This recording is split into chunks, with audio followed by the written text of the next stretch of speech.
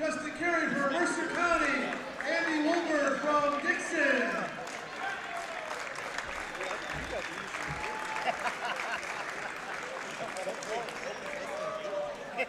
At 152 pounds, wrestling for first place, Trevor Boynton from Leroy, and his opponent, Kyle Van Dasslen from Monticello.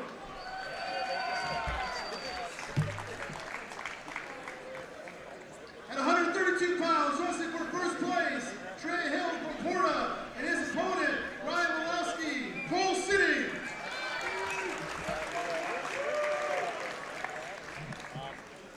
At 285 pounds, wrestling for first place, Anthony Enlow from Mount Dahlia, and his opponent, Ryan from Dixon.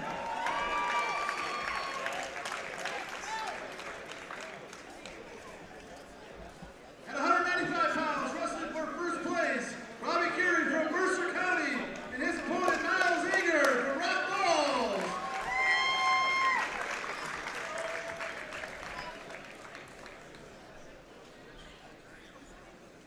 At 106 pounds, wrestling for first place, Austin Weaver from Olympia, and his opponent, Kyle Tunick from Sterling Newman.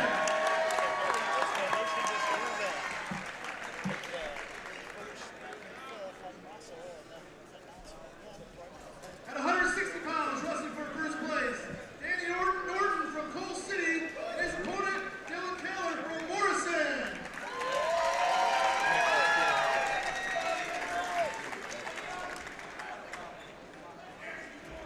At 145 pounds, wrestling for first place, Noah Baker from Byron, and his opponent, James Schneer from Orion.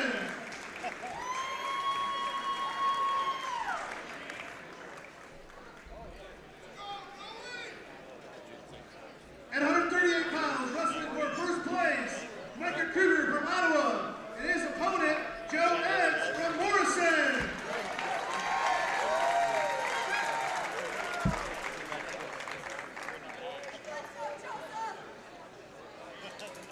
At 120 pounds, wrestling for first place, Jake Hiles from Coal City, and his opponent, Tanner Swain from Mount Dahlia.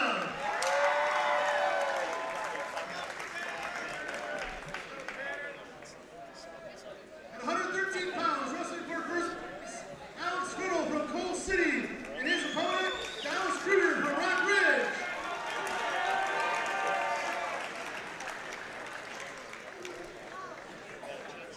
At 220 pounds, wrestling for first place, Keaton Glover from Olympia, and his opponent, Maverick McPeak from Dakota.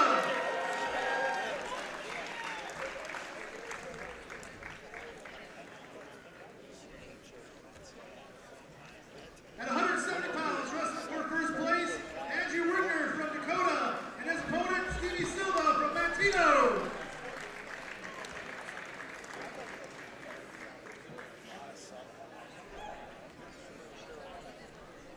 And at 126 pounds, wrestling for first place, Ethan Harstead from Ottawa, and his opponent, Steve Eagle from Mercer County.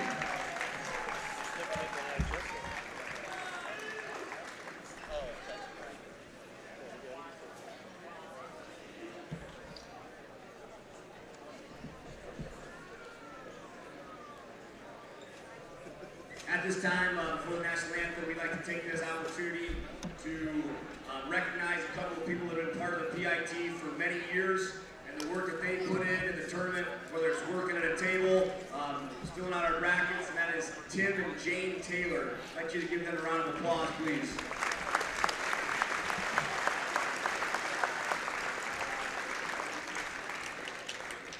The Princeton wrestling community and the Princeton community itself lost a very dear man this year. Lyle King moved to Princeton in 1955 to become a teacher and the head football coach. He was the head football coach here from 1955 to 1964. In 1981, he was inducted into the Illinois High School Football Coaches Association Hall of Fame. In 1958, he developed and started the wrestling program and hopes to involve all student athletes that were participating in a winter sport and give them an opportunity to improve and better themselves throughout the winter season. In 1963, he started the Princeton Invitational Tournament.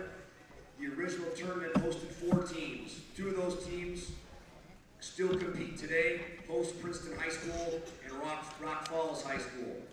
The tournament was named in his honor in 2004 as the Lyle King Princeton Invitational Tournament.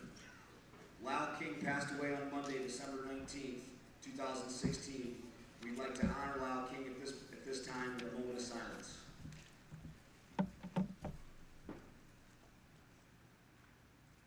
Thank you.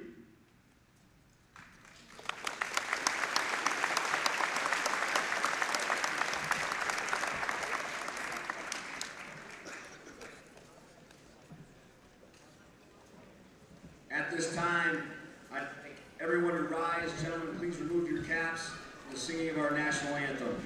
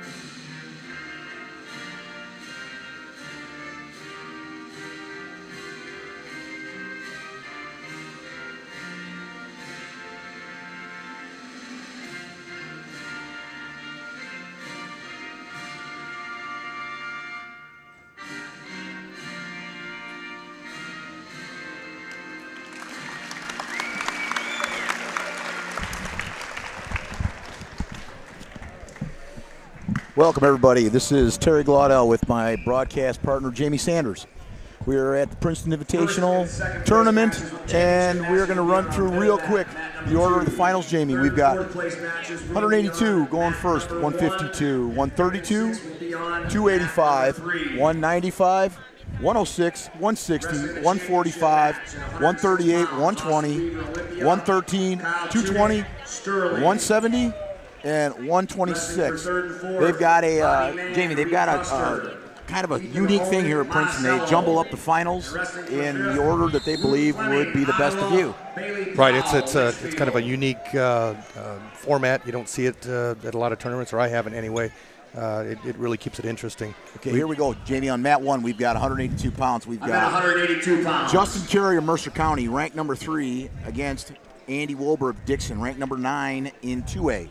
That is on mat. That's the mat we're watching right now. Mercer County is green with the green ankle band.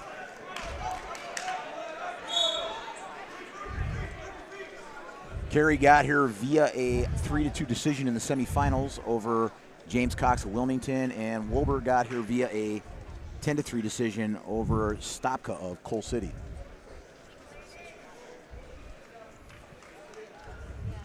Little hand fighting going on here, not a whole lot going on yet.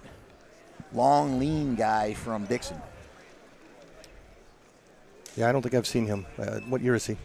No, we just lost our bracket, didn't we? Okay. That's fine. Well, while there's a little bit of a break in the action here, let's run down the top 5 team scores. In first place, Coal City, 162.5 points. Second place, Ottawa with 132 points. Third place, Dakota, 129.5. Olympia in fourth, tied with Dakota, and Mercer County a 1.5 behind with 128. And that's 2 points for no points. Good scramble. Carey was in on a deep shot, and Wolber scrambled out. They're still on their feet. If you appreciate this broadcast, this is being put on by Illinois Matmen for free. If you appreciate the broadcast, please go to Illinois Matmen. Click on the GoFundMe link and help fund Illinois Matmen so we can continue to bring these broadcasts to you in the future. And there's the end of the period, and we are still 0-0. I tell you, Carey was in on a really nice shot there, Jamie. And Yeah, he was. Fought off well by Wolber. So Carey ranked 3rd, and we said Wolber ranked 9th in 2A. Yeah. Carey selecting down to start the second period. Looks like Carey was the 4 seed, and Wolber was the 3 seed. And there's a reversal for Carey. Takes the lead 2-0. Carey bumped off the top seed in the semifinals from Wilmington. Yeah, 3-2 decision in the semis. James Cox from Wilmington. Both wrestlers are seniors.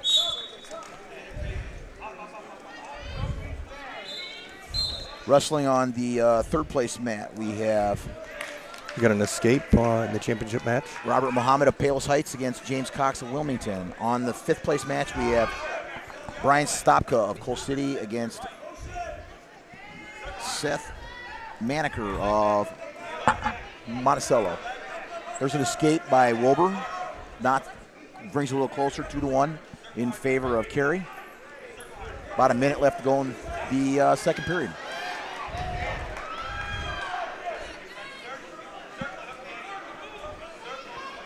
Got some action down there on, is that the third place match? Or that's the fifth place on the far end.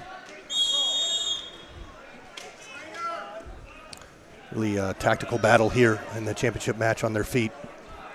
We've got what we like to call the three-ring circus going here. We do. A lot of action going on all the way around here, folks. Been some really impressive wrestling, as there always is at the pit the last 2 days. Semifinals and even some of the wrestleback rounds were just guys really going at it. I will tell you, though, this is the first year I haven't seen where there's been a ton of upsets. No, there weren't. I think the Princeton people did a phenomenal job of seeding. Yeah, a lot of the seeds have really wrestled out to where they're supposed to be. We haven't had a lot of those guys coming out of the cheap seats that we didn't know about that came out and caught somebody napping. Right. Well, and you know, every year after the pit, things end up getting a lot clearer. Carey in on a nice shot again, and we've got Wolber fighting him off again. We've got 6 seconds left to go in the second period with Carey hanging on to a 2-1 lead. Carey seems to be bringing the action a little bit more right now at this point than Wolber is, but Wolber is scrambling really well to avoid those takedowns. That's the end of the second period now. We go to the third period. Wolber selects down, and he is trailing 2-1 to Carey of Mercer County.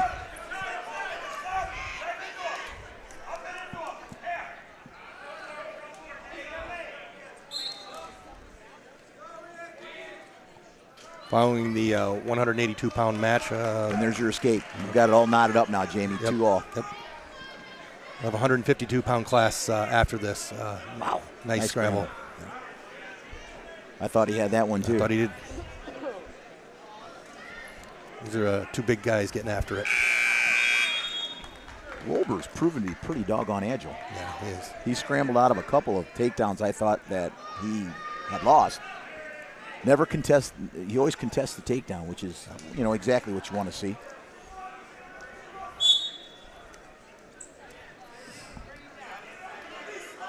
Carey in on a shot again. He seems to be pressing the action just a little bit more at this point right now than Wolber is. Got a minute and 15 left to go in the third, folks. We'll see some action here. We're gonna be going into overtime in the very first match of the night. I think we may see a couple of those today. Yeah, we will. Get a pin in the third place match. Muhammad of Palos Heights Shepherd over Cox of Wilmington. We'll try to bring those third place and fifth place matches results as we go along, folks. I know we're not seeing them on the air, but we'll try to bring some results as we catch them. Oh, Carey in on a nice shot. Got a cradle locked up. I don't know. Over that. There there's you go. your He's got the two. And he's looking for back points. Yep. Wolber's in a world of trouble here. He can either sit on that and coast to the win, or try to get a few back points out of it. We didn't have enough time, Jamie. Usually we go through the brackets and we make our predictions and see where we end up at. I know we didn't have a chance to look through I'm curious to see what number of finalists each of the teams have. What number of championship matches. Mercer County's had a very good weekend. Coal City's looking really good. Coal City's, I got a chance to watch them. Got an escape there. It's a 1-point match with 2.2 seconds left here. You and I both got a chance to watch Coal City a week ago at the Abe Rumble, where they had a great duel against Lena Winslow. That was a fun one. The champion. Yes. Going to be Justin Carey from Mercer County. He wins 4-3 over Andy Wilbur of Dixon. That's our first one in the books. 182-pound champs. Now we move on. We'll keep the mats. I'm assuming we're going to keep the mats in sync. We're going to our 152-pound final. We've got Trevor Bullington of Leroy, number 6 ranked in 1A against Kale Van Dalsen of Monticello, who was not ranked. We weren't able to find him. Let's see. He came out. He was unseeded. Yeah, he was unseeded. Came out. He got a 7-3 decision over Nick Pareto from Wilmington in the semis. Pareto was the number 2 seed, so he upset the number 2 seed there. Just as I said, we didn't have a whole lot of surprises. Yeah, that exactly. Would be one of them. Van Dalsen, not only was he unseeded, he's a senior, came in 10-3, and he's in the finals of the Princeton tournament. Trevor Bullington, a senior as well from Leroy. He is 20-0. He is the number 1 seed. He pinned his opponent in the semifinals, Wilson Ferry from Orion. We're waiting for our 5th place match to wind up for 182. It's Stopka and Menaker.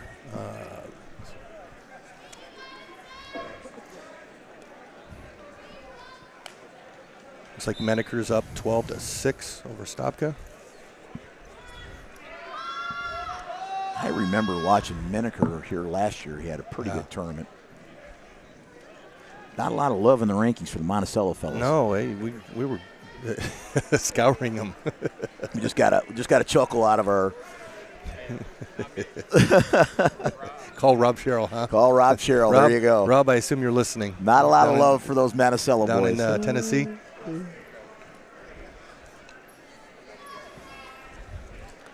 Bullington's had a real good tournament. He did have a close match against Elder from Rock Falls where he won 4-2, but he has gotten to the finals via 2 pins and a decision. And we'll get underway here in a little bit. Bullington has the green ankle band, and Van Dalsen's going to be red.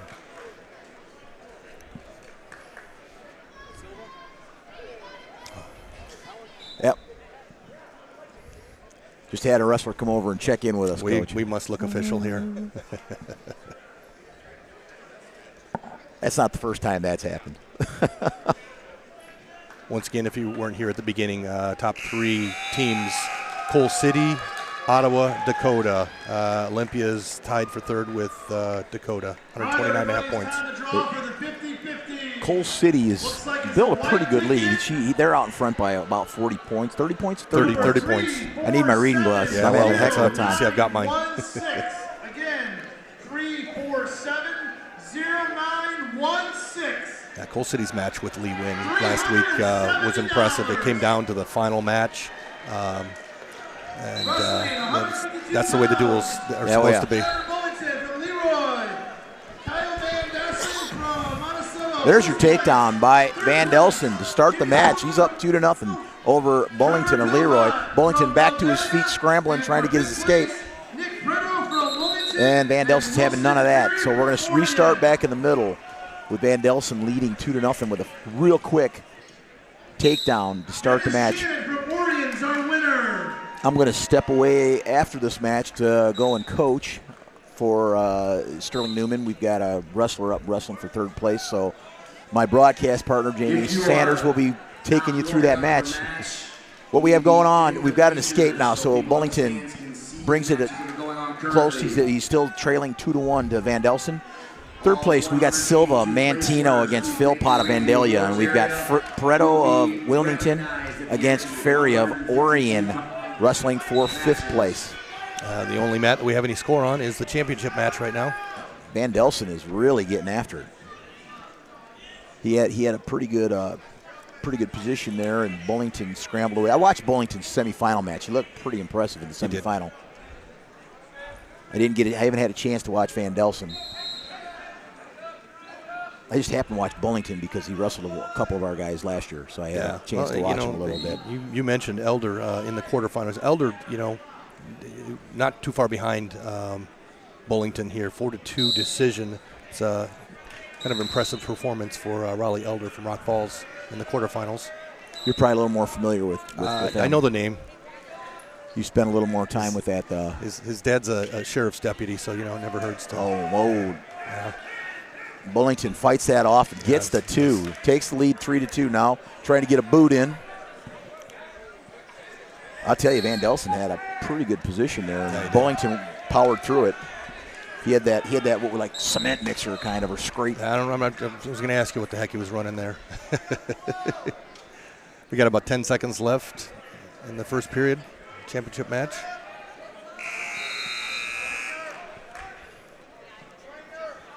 Got in trying to work a chicken wing in, and that's going to be the end of the period with Bullington ahead, 3-2. Rolling into the second period. Got Bill Honeycutt, the referee.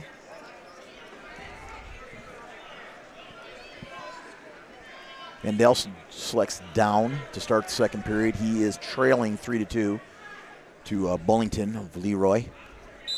Still 0-0 on the third and fifth place matches. Not a lot of movement right off the whistle there by Van Delsen. No, he's he's going to wait for an opening, or he's going to give up that arm.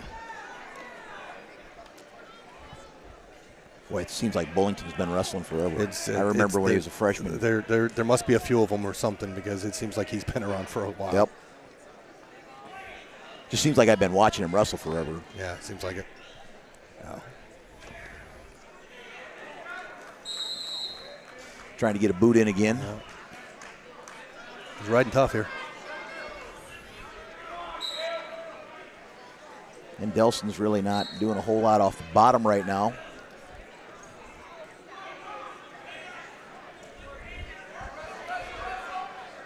Oh, got another boot in. He gets out of the legs pretty well, but he's not real good at keeping them out. He's gonna have to score here. He's gonna find himself trailing going into the third. About 50 seconds left to go in the second period with Bullington leading 3-2. Got a stalemate. I'd like to see Van Delsen have a first move here. Maybe get back on his feet and knot this up a little bit. Yeah, he's gonna have to do something here. He needs to score in the second period. Still scoreless on the other mats. Nope, it's 0-1 on the third place match.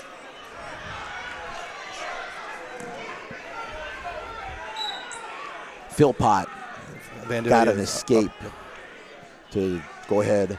Well, he's got that boot in deep, doesn't he? Yeah, he's hammered down. This is a real quandary as a coach. You're over there wanting him to call stalling, right? But the bottom guy's really not doing anything to help that along. When you lay on your belly and it's kind of tough to prompt the official to call stalling. But there's your second stalemate in that position. 14 seconds left to go in the second period. That's second stalemate now in that same position. So like I said, as a coach, you want something going on. Oh, he's on his feet now. You got 10 seconds left, and he's scrambling to try to get that escape. Good recovery by Bullington. That was some nice movement off the whistle. Wait until the end. Yeah. Wait until the end of the period. 4 seconds left to go in the second period. Now, I would assume Bullington will select down for the third. Yeah.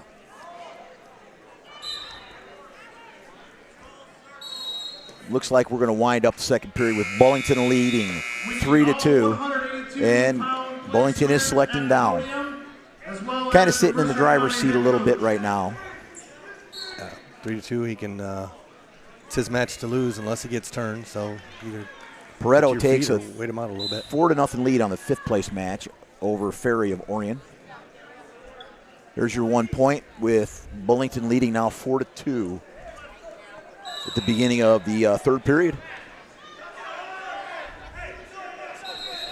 Philpott still up 1-0 on the third place match.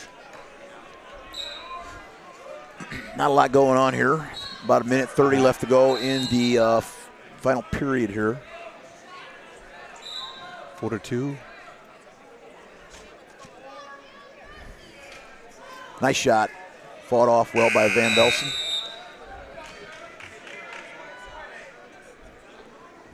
Van Delsen attempts a little slide.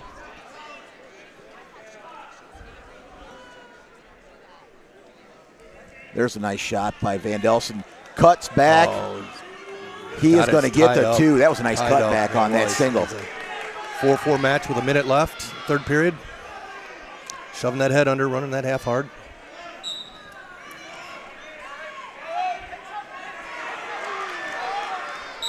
We have a knotted match at 4-4 now on the championship match.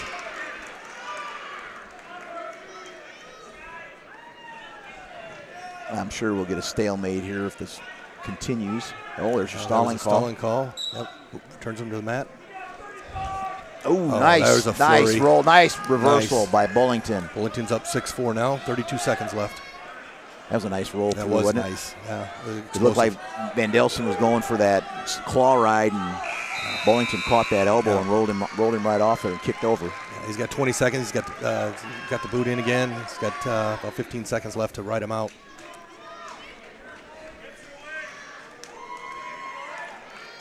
That was a good match by Bullington so far. He's really stayed in control. You got to hand it to Van Delsen coming in unseeded and making it to the finals. And there's your champion from Leroy. We've got senior Trevor Bullington, your winner. Score 6-4. Going to be on to the 132-pound weight class here as soon as the third place match wraps up. We got 1-0 right now. Philpott over Silva. That was his second period escape. Yep. Philpott did that. Got 51 seconds left in the third period there. We're going to pan over now. We're going to take a look at the remaining time on this third place match as the fifth place match is concluded. I didn't see who won that one. Fifth place match is concluded. Philpott is on top, leading right now 1-0 with about 40 seconds left to go in the third period. Riding tough. He keeps trapping that leg. Jimmy Silva from Mantino is the other wrestler.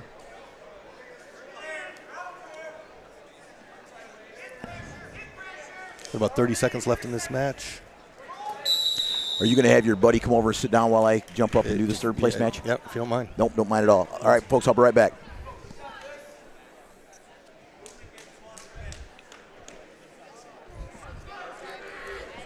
Got about 28 seconds left in this third place match. We got a caution.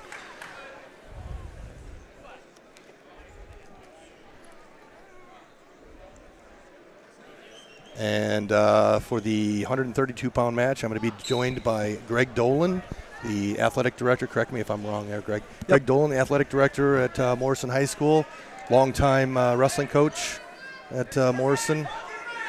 Correct, yeah. I spent, 12 years, I suppose, coaching there, and the 9 before at Rock Falls. Yep. And now you just sit in the stands mostly, right? Try, and keep my mouth quiet. All right, so our third place match winner is going to be Trevor Philpott of Vandalia over Jimmy Silva of Mantino, 1-0. All right, wrestling fans. As I said, next match coming up, and Terry had to leave the coach. Next match is going to be 132 pounds, where we'll have Trey Hild from Porta, ranked number 1, and Ryan Wazalewski of Coal City, ranked number 6. And Jamie, I watched both those kids down at Springfield. They both bring it to the mat, that's for sure. They do. We got the pleasure or displeasure of our 132-pounder Brody Ivy wrestling both Trey Hild and Wazalewski in the last week. Hild beat Colton Bishop by fall from Dixon by fall to in the semis to make it to the finals. Wazalewski pinned Ivy of Sterling Newman in the semifinals to make it to the finals. Okay. Hild ranked number 1, Wasilewski ranked number 6. And your champion for 182 pounds, Justin Carey from Mercer County. In the third place match will be Brody Ivy from Sterling Newman and Colton Bishop from Dixon. I know, having coached Brody when he was a youth wrestler, he's wrestled Colton Bishop a number of times, so I don't think they've seen each other for the last few years, but they're going to see each other again today for third place. In fifth place match, we've got Caden Harmon from Mercer County, Mason Lodi from Orion. Local flavor there back home with the old with Newman and Dixon getting a chance at each other. We got Porta and Coal City, two teams who drove pretty far to get here. Get to see each other again. Wasilewski from Coal City is going to be have the green ankle band. Hild Porta is red.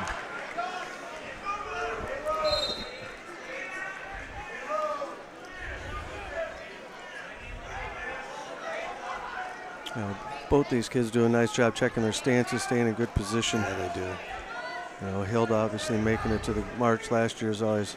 Yep, I believe that was his second year in a row. He comes in undefeated at 27-0.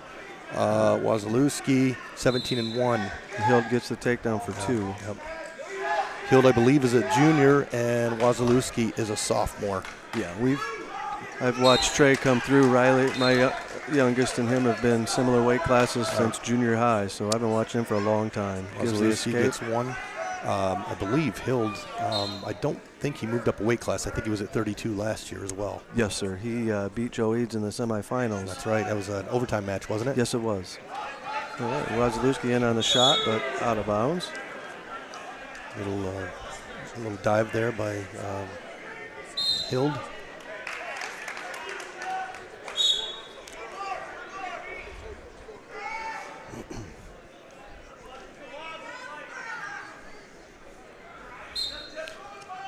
Early on, evenly matched.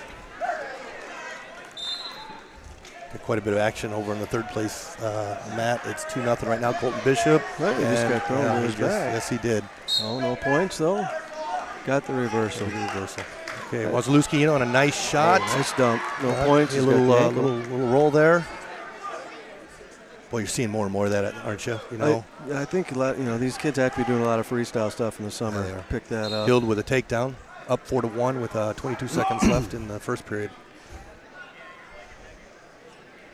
Yeah, that's the other nice thing down here. You look around at the officials on the mat. You can guarantee they're going to get the calls right. Everyone here is done state with the exception of one. We've got some very good officials. It's always reassuring when you look around and you see familiar faces. Yeah. Yes. So that third place match has got some talent on it.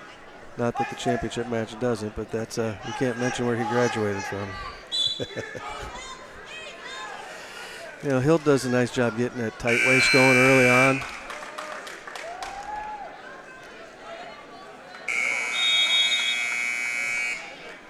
We got 4-1 going in the second. Hild defers. Wasilewski's going down. 4-1.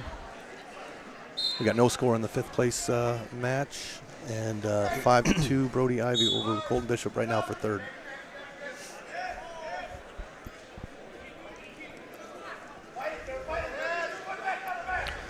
Hild doing a nice job of tying up that arm. Wrestlers to the award area, please.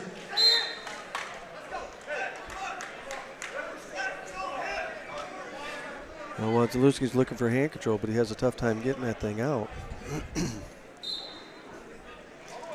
Hild cuts him for 1. We got a 4-2 score right now in the second period, about a minute and a half left.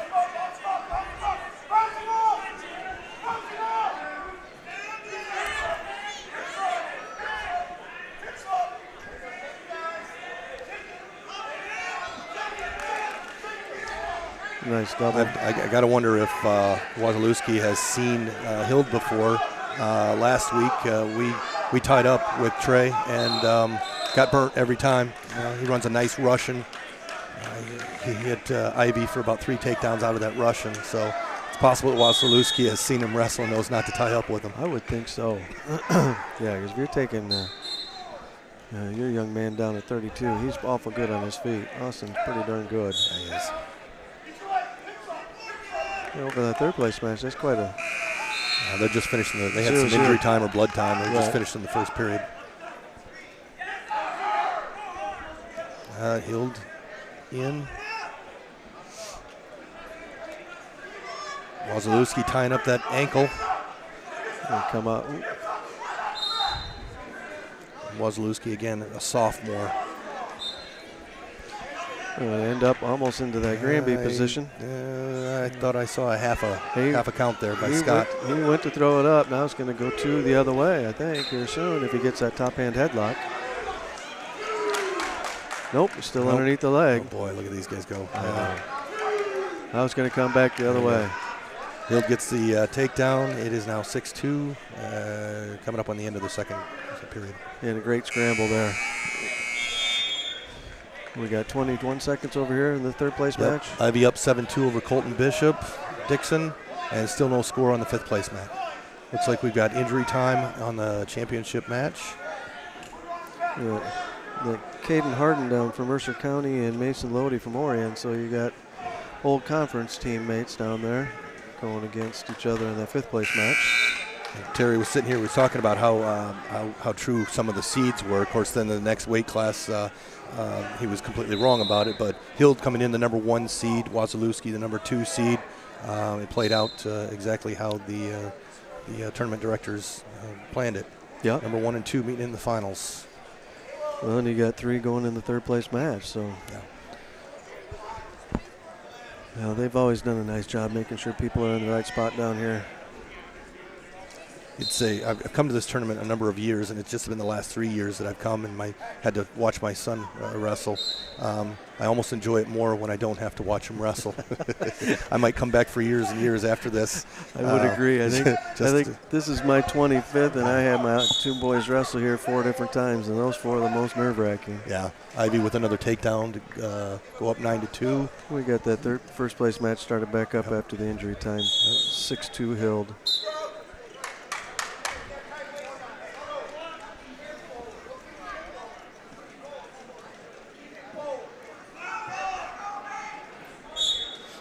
What do we got, about 3 weeks till the regional? Yeah.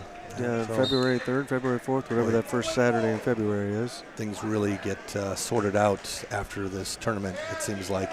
Well, yeah. You're looking at number 1, number 6 here on the mat for our championship rankings from Illinois Matmen. There's brings nice them down takedown. hard. Yep, nice. Hild's going to be up 8-2. Got about a minute and a half, minute 20 seconds left in the third period. These two will see each other again probably in sectionals, and then who knows what down at state. Yeah. How many times in this tournament have the championship match then being revisited? Right.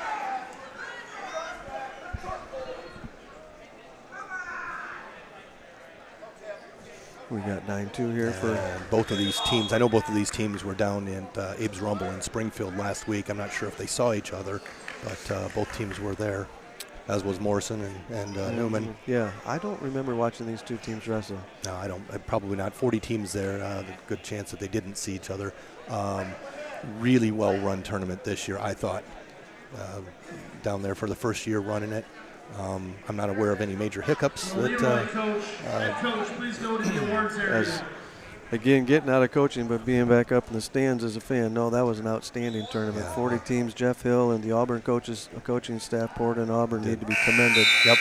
And both teams are here today. Both coaches are here today. Yep. Yeah, that was a great weekend. Well, actually, weekday. Tuesday, Wednesday, it was. Wednesday, It felt like a Thursday. weekend, though, didn't it? It sure did. All right. Hild with an escape. He's going to be up, go up. Oh, no. Wazalewski, I'm sorry. Nope, that's Wazalewski got the escape, up 8-3. Hild is. Ivy wins 9-2 for third place. And it's 1-0 down on the fifth place match. a little more blood time down there. Yeah. Looks like the Mercer County young man, Harmon's, getting some attention from the trainers. Ivy wrestled Harmon in the wrestleback match to get into this, and boy, it was all funk rolls. I mean, all kinds of diving for the ankles, and he's an interesting wrestler to watch. Yes, he is. I've seen that once Have or you? twice. Okay, yeah. What's your son's nickname? Yeah, we'll keep that one out of here. We got more blood time here. We got 20 seconds left in the third period. Trey Hild Porta is up 8-3 over Ryan Wazlewski of Coal City. I see Wazlewski came in that last one, got a nice underhook, trying to close down the distance, see if he can get something underneath and get a big move. He needs 5 here to tie things back up. After this match, after the awards presentation, we're going to move on to the 285-pound match. Once again, while we got a little bit of downtime here, top 5 teams, Coal City, Ottawa, Dakota, and Olympia and Mercer County tied for 4th. And just a couple points behind them is Morrison in 6th place. Thought I'd throw that in there, Greg. Thanks. Yeah, they've had a nice tournament. They did. You know? Some of the young kids have really come along. Have Riley Wilkins, a freshman at 95, getting into that 3rd place match. That's quite an accomplishment at this tournament. 5th place match finally gets going again. Harmon down there leading 1-0. We're on blood time here on the championship mat. 8-3. Trey Hild is leading over Ryan Wazlewski, Coal City. In deep on a double. Come out that back door. He's going to be all right. And nice crackdown position. Very nice. Tell you what, though, you're right. These kids scramble so much better They nowadays. do. I think they have camps there. Hild with another takedown. That'll make it 10-3. And that's going to take us to the end of the match. Trey Hild, your 2017 132-pound weight class champion. Ryan Wazlewski was 2nd. All right. Looks well, like over to Terry's here. back. Thank you, JB. Have a good day. We'll see you again. See you in a little bit. Yeah. Righty. Welcome back, Terry. Good match. Good match. Yeah, it was a good match. A lot of action. Wasn't paying a whole lot of attention. I'm assuming Hild won that match. Hild did win 9-2, I believe. Good match. We still got the 5th place match going on down there. It's tied 1-1. It is Lodi and Harmon from Mercer County. Lodi from Orion. We're in the 3rd period with about 1:20 left to go in that match. I think we're panning over there and getting the end of that match now on the broadcast. We've had a few blood times down there. And we also did on the championship mat. I had to go over and coach Brody Ivy from Sterling Newman, who wrapped up the 3rd place match with a 9-2 victory. Yes, he did. Bishop got the first takedown, right? After that, it was all Brody. It was all Brody. So you probably raised your voice a little bit when he gave up that takedown, I'm guessing. A little bit. And I don't ever raise my voice. Yeah. Doing double duty today. 45 seconds left. We may be looking at overtime here if somebody doesn't get busy. This is the fun part of doing this. We get our text messages in here as we're Mr. Tunick broadcasting. Mr. Tunick, who didn't want to sit and help you with this, instead decided to get his licks in from the stands. Oh yeah, huh? yeah, he's good at that. Now I'm sure this will start lighting up again with that. Yeah, well, I'm sure he heard it. Yeah, I see him up there in the stands texting. He's a little nervous though. A little nervous tonight. He is. Got the big boys coming up next. Yes, we do. 285 coming up next. While we're another blood timeout over here, we've got number 8 ranked Anthony Enlow of Vandalia against Ryan Troutman of Dixon. Right, he's 5th ranked in 2A. Ranked number 5 in 2A. Yep. Boy, I tell you, our area, Sterling, Rock Falls, Dixon, Morrison, we should be well represented down at state this year. Oh yeah. Dixon's really improved. Yes, they have. I talked to Colton Bishop's dad before this round, and Colton's wrestled a lot better this tournament than I saw him wrestle last year. He's improved a ton. Again, folks, if you are enjoying the broadcast, please go to Illinois Matman and click on the GoFundMe site so they can continue to bring these broadcasts to you live. It's a great thing to do. They really get the information and the matches out there for wrestling fans that can't make it to the venue. I think talking to guys from other states, they envy the website and how we're able to keep in touch. The Illinois Matmen website. my kid's been wrestling for about 11 years, and as long as that website's been around, I've been glued to it during wrestling season. So the guys from other states tell us that we're lucky to have that. I try like heck not to let the kids get glued to it. Good luck with that. Try keeping a kid off of a phone or a computer. Between that and track wrestling, I don't know. I'll tell you. All right, here we go. We're about ready to pick this match up with about 13 seconds left to go in the third period, and we're still knotted at ones. Got Lodi of Orion and Harmon of Mercer County. Can't ask for them to be any closer than that, can you? Here we go. Got an overtime match on mat 1 for 5th place. All knotted at ones right now.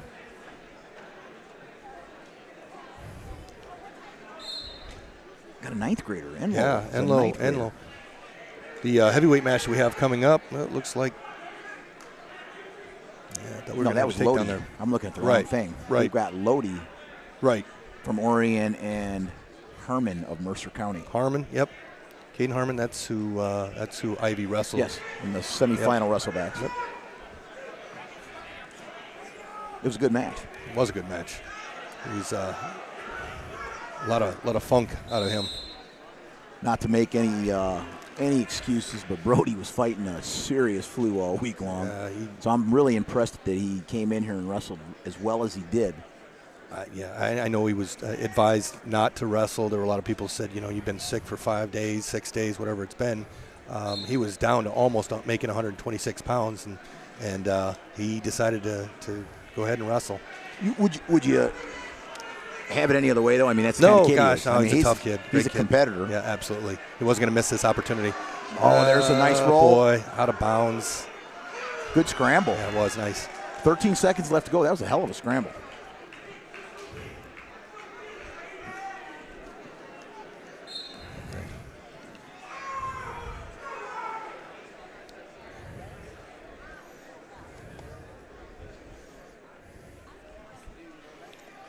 Lodi in on a shot.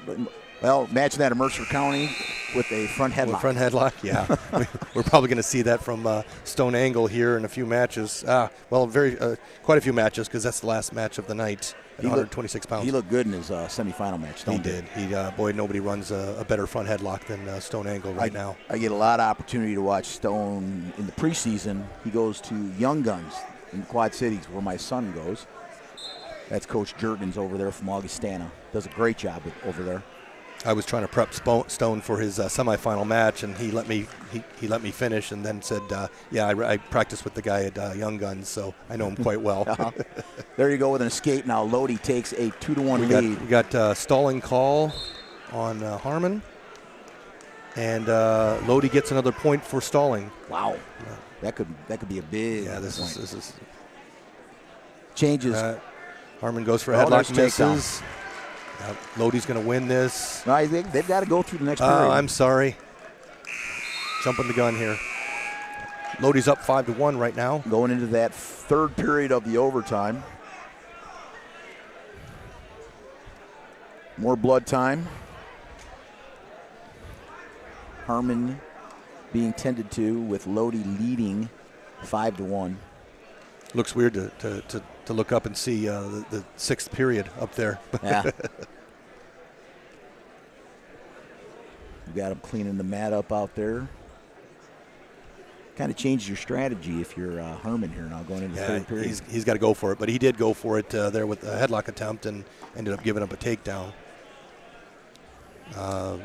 Mason Lodi's a good little wrestler. I have a feeling he's going to be smart enough to avoid giving up any big points. We've seen him a couple times this year now. Yes, we have. He did duel yes, we have. Against Orion earlier in the year.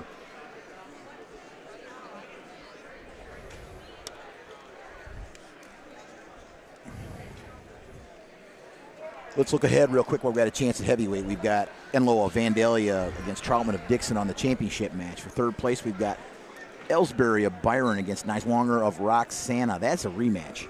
Is it? Yeah, they wrestled earlier in the tournament. And we've got Jones of Wilmington against Meyer of Morrison. Now we're getting ready to start the third period with Herman starting down. He's trailing right now 5-1, starting third period of overtime. So we got 30-second ride here. Nice roll through. Nice. Good job by Lodi there. Letting him roll through.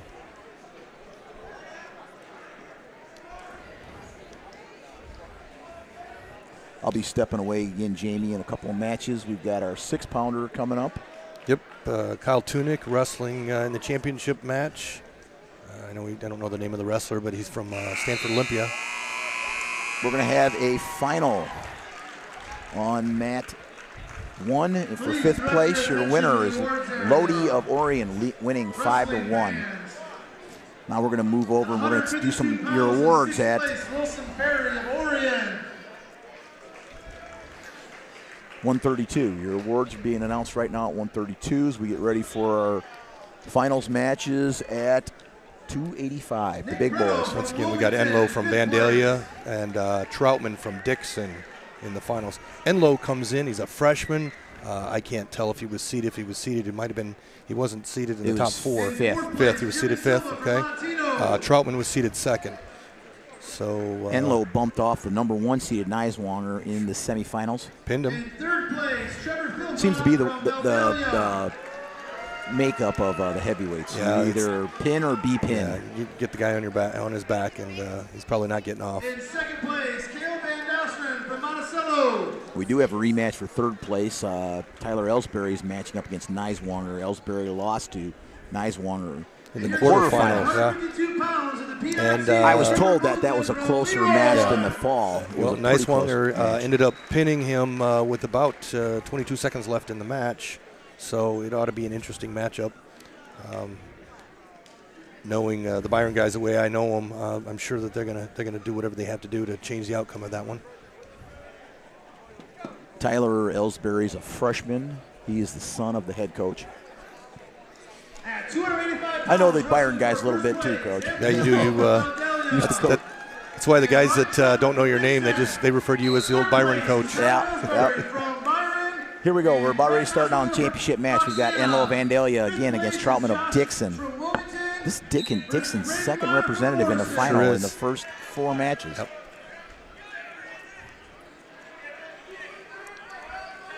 The Vandalia wrestlers a little bit bigger than Troutman of Dixon. Once again, Enlow comes in ranked 8th, and Troutman comes in ranked 5th in 2A. I think Troutman's a little taller. Enlow's a little stockier. Enlow's only a freshman. Enlow gets here with a major decision and 2 pins on his way to the finals. Coming in number 5 seed, upset the number 1 seed to make the finals. You're going to want to watch the 3rd place match, I'm guessing, Terry. Oh, I'm glancing over. I've known Tyler Ellsbury a lot of years. I'd like to say I remember him when he was a little guy, but he's never been a little guy. Yeah, no.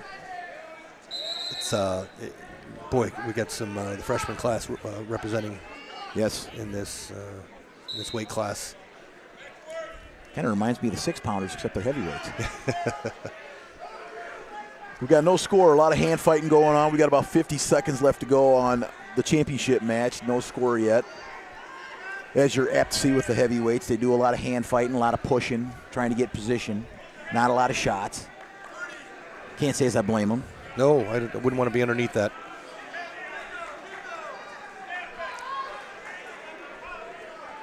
Down on the 5th place mat, we have Meyer from Morrison and Jones from Wilmington. And got a takedown down there from Meyer from Morrison. He's up 2-0. The other mats are scoreless right now. You got about 10 seconds left to go. Still no score in the championship match. Winding down here.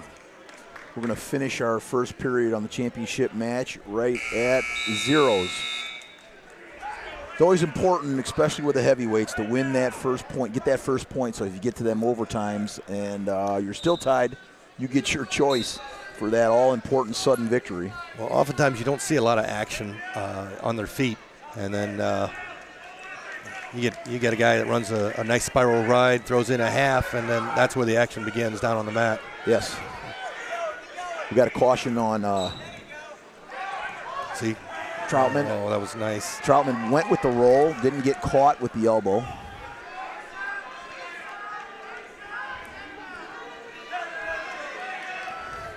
Troutman's long. He's a lot longer. There's another roll. roll. Another attempt. That's the second one. Let's call that the pudge roll. Yeah. Well, you got to think at some point, maybe a little bit later in the match, he may get him with that. He looks like he's trying to sit out.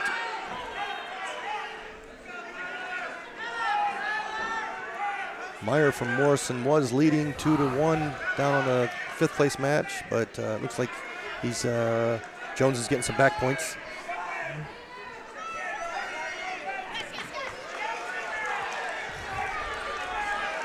Troutman still working here. Still no points. There's another roll attempt by Enlow on the bottom. Boy, it's tough for these big guys to get up off their bellies once they get down there. He's had a couple nice. I think our coach, instead of calling it what you just called it, I think back in the day he called it the wing roll instead of the pudge roll, or the fat man roll. But we have a winner winner for 5th place. We've got Jones of Wilmington winning by way of fall on mat 3. Still no score on the championship match with about 25 seconds left to go. Troutman is on top as Enlow selected down to start the period. And we got Ellsbury leading 1-0 on the 3rd place match. That's the way that match is going to finish up at the end of the 2nd period, with Ellsbury leading 1-0. Ellsbury goes into the 3rd period, 1-0 lead. Still no score on the championship match at the end of the 2nd period, and Troutman will get his choice, and he's going to select down. No score on the championship match. We're all tied.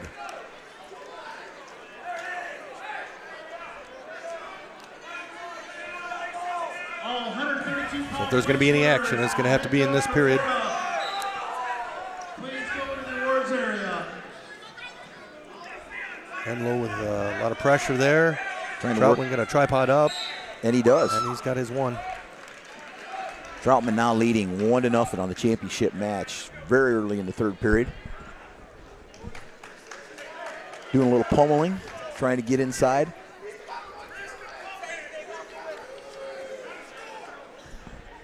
This is where you find out who's in shape, Jamie. Yeah, you do.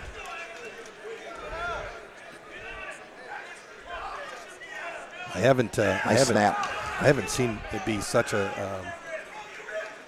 issue for so many teams this weekend as maybe in the last few weeks. You know, I really haven't seen any problems with that either. I can't say I can recall where I said, "Oh, that guy really gassed out," because he didn't. Yeah. It's been a pretty good term. The competition's been second to none. Competition's been great. We've got about 3 weeks till regionals start, and it's time. If you're not in shape now, you better get there. Yeah.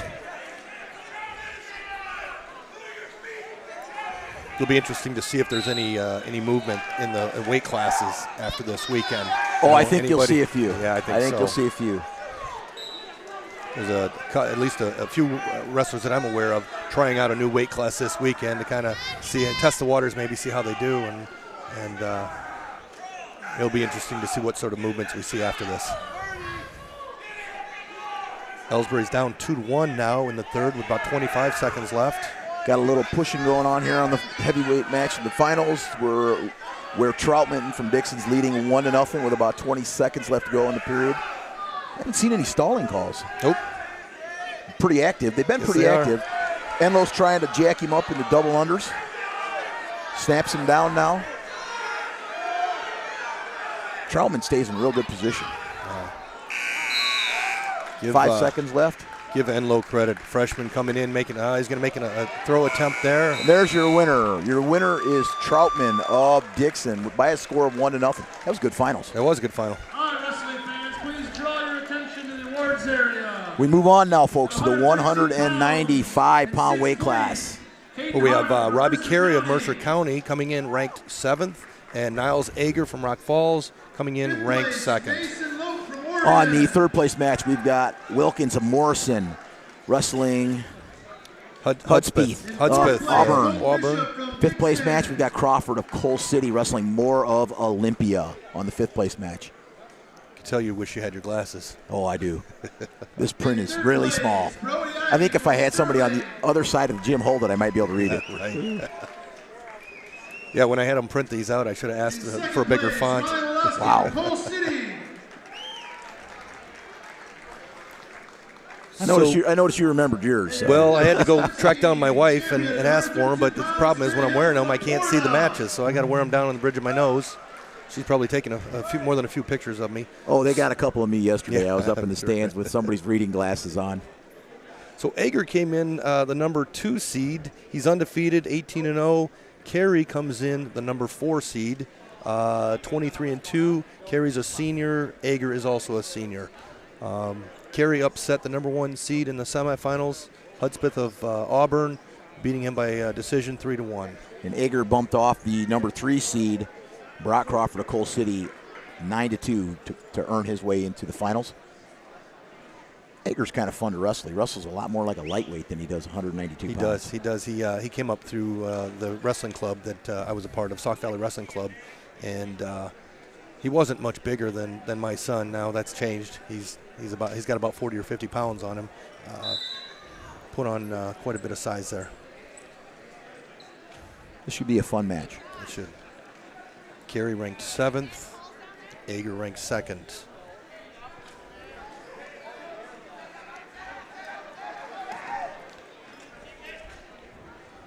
Hudspeth with a takedown on the 3rd place mat, and Wilkins with a quick escape.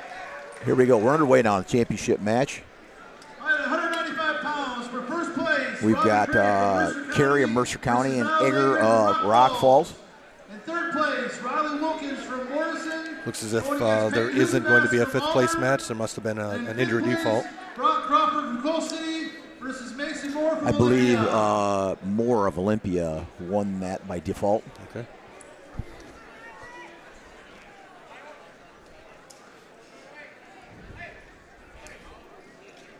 Little hand fighting going on in the championship match. No score at this point. About 1:20 left to go in the first period. I think these guys have wrestled before. I just can't recall where. Well, nice shot by Ager. Rock Falls wasn't down at the Abe's Rumble last weekend, were they? No.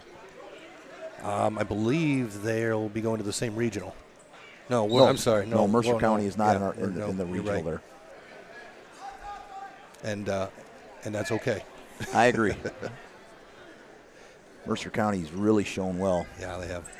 They're well coached.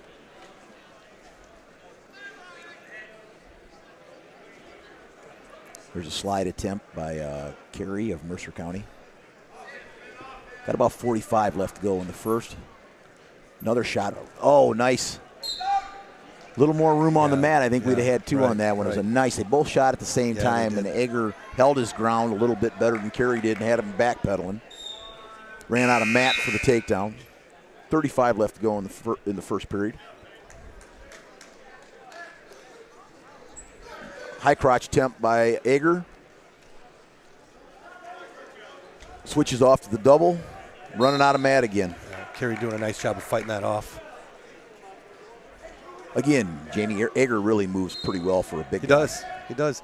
I know his coaches mentioned a few weeks ago they wanted him to attempt to make a 182. I just don't think he could get down there. So he's a thin 92 pounder. Yeah, he is a thin. I think they were looking to make some room. They had someone that wanted to come down from 220 to 195. So now he's a well put together wrestler. I don't know where he'd have dropped the rest of the weight from. Yeah, and I think that's why we didn't see him get down to 182. We got a 0-0 at the end of the first period between Ager and Carey of Mercer County. I think Carey's brother wrestled earlier at 182. We had Justin Carey. Sure did. In the finals. So Carey selects down to start the second period. Ager, he stood up, turned around, Ager in on the legs, working his way back up, controlling it. This is Robbie Carey from Mercer County. His brother was Justin, I believe. Yep, Justin Carey at 182. Ager throws in a boot. Carey trying to bounce him off. So good practice partners, 182 and 195 brothers. I bet they broke some furniture. Yeah, they probably did. There's your escape by Carey. I think if he'd held on a little bit longer there, he might have got the probably stalemate. Stalemated that. He's probably concerned about putting himself in a compromising position there. We're winding down to close to about a minute left to go. Egger shoots Egger in with a again. long shot attempt. And another front headlock by a Mercer County wrestler. Yeah. Just like his brother earlier. Yeah. You find that they tend to gravitate to the same moves. I'm going to be stepping away again at the end of the conclusion of this match for the 106-pound finals. Kyle Tunick in the finals, a freshman. He'll be wrestling Austin Weaver.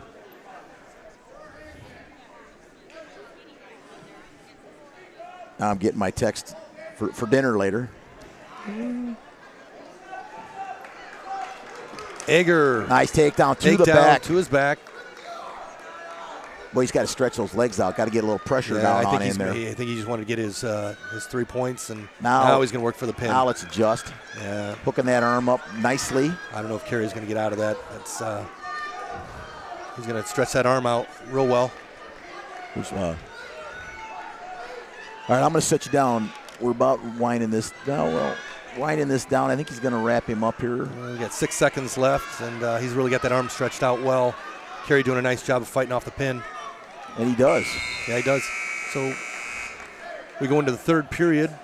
Niles Egger, Rock Falls, leading 5-1 over Robbie Carey, Mercer County. Egger's going to choose down.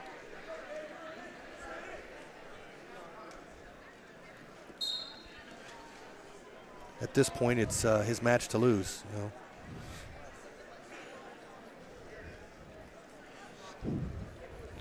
Up to his feet. Break that hand control. Dove back in there. Calling for my relief pitch. I'm going to step away a sec. Greg Dolan's coming back to join me.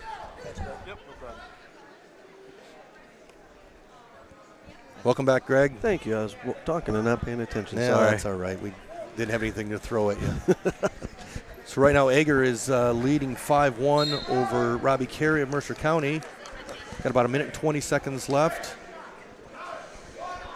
These guys move well for 195-pounders, don't they? Oh, my goodness. Yes, they do. Well, and I'm sure you guys talked about it before about the upset here with Carey beating the young man from Auburn. That was a great match, too. Coming in seeded fourth and making the finals. Yep. Carey's 23-2. He's a senior. Both wrestlers here are seniors. Carey did well last year. Watch him come through regionals and sectionals. He does. He moves well for a big man. Egger's now up 6-1. We've got about 52 seconds left. Again, both guys looking for ties, wearing everybody out. Pulling down that neck, make those big muscles work.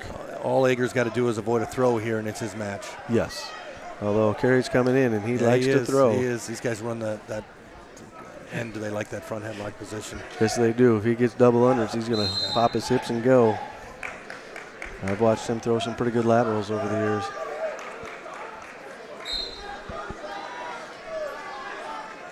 We're talking with Terry. Here's another takedown and takedown toes for in. No, Carnahan called it off. Egger entertained the thought of going down to 182, and Terry says, I don't know where he would have lost it from because he doesn't seem to have a whole lot to lose. No, these are two pretty lean-looking 95-pounders, that's for sure. Anthony Enlow. There's that throw attempt. Another 3 seconds, and even if he throws, we can't get enough. Egger's just going to avoid anything big here, giving up anything big. Over and under, toes in. That'll end at 6-1. Niles Egger ranked second in the state over Robbie Carey from Mercer County, ranked 7th in the state. 6-1. Coming up next, we've got the 106-pound weight class. We'll have Austin Weaver from Olympia facing Kyle Tunick from Sterling Newman. Austin Weaver, a junior, Kyle Tunick, a freshman. Weaver's record is 22-0, Tunics is 26-1, or it was coming into the tournament this weekend. You got Weaver ranked, what, 5th, and Tunic 6th? Yep. And this is another case of having the number 1 and the number 2 seeds facing each other in the finals. In 5th place, Josh Jones from Wilmington. The 3rd place match will have Bobby Mann of Reed Custer facing Ethan Olink from Monticello. There's another Monticello wrestler. And Luke Fleming from Ottawa facing Bailey Powell of Litchfield. They're giving out the awards right now at 285. In 3rd place, Brett Noslonger. Yeah, you go from the big bodies to the little bodies. There's going to be, they'll be flying all over the place here usually. Yeah, it's quite a contrast. This is such an interesting format where they mix up the weight classes. I agree. It keeps everybody here. 126-pound final is going to be the last one, and I'm sure that the stands will be just as full then as they are right now. I would think so. You and I can date back to the day when it just started in lightweight and went all the way up. Sure did. Yep.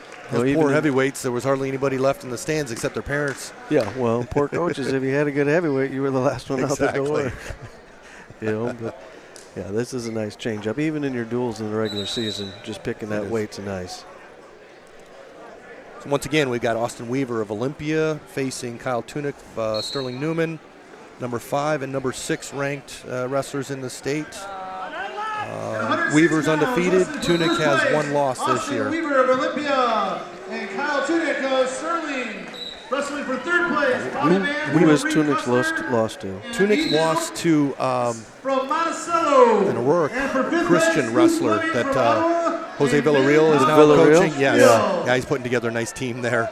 Little Plano action there, I can't remember the wrestlers. Johnson might be his last name. I think we're going to see a little contrast of styles here. Weaver, a junior, maybe has Tunick a little bit in the strength department because of his age, but I've watched Kyle the last few years, and he's quite the technician. We got that 3rd place match already.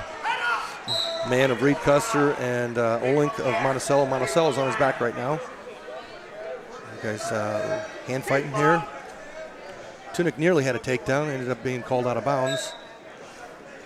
Again, looking for good position. Hand fight so well.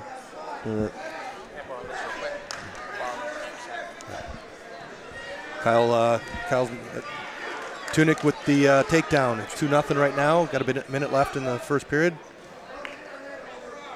Down in that 5th place match, it looks like Litchfield's up 2-0. You got Powell over Fleming. Tunick riding tough here.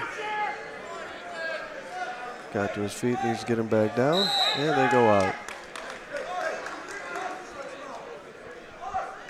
We got 2-0, 54 seconds left.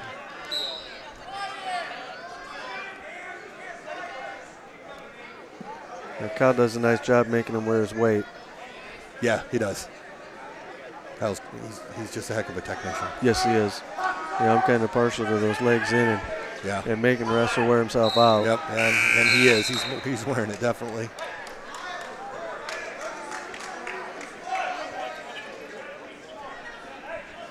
Yeah, 5-0 over here in the 3rd place match. Bobby Mann of Reed Custer up 5-0 going into the 2nd. He chooses down. At 25 seconds left here, Kyle Tunick, Sterling Newman, freshman, is up 2-0 over Austin Weaver, Olympia. Gets his hips in. He's got a tip coming here.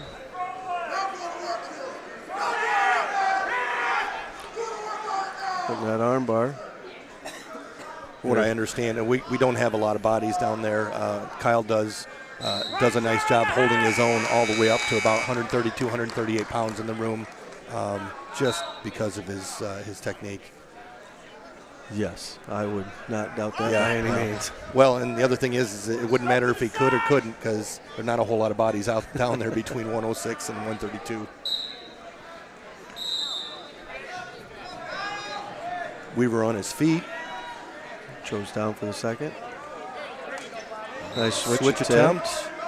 Kyle steps over it. Does drops trying his to step hips. over it. They're going to go out of bounds. Yep. Grabs in nice. You talk technique. That's great technique for a freshman. It is. I think I believe he placed 4th last year at IK. Over on the 3rd place match, the Bobby Mann and Reed Custer gets the pin in 3:01. Weaver's going to get an escape. 2-1 now, about a minute and a half left in the second period. Going for that armbar Yeah. Russian tie series.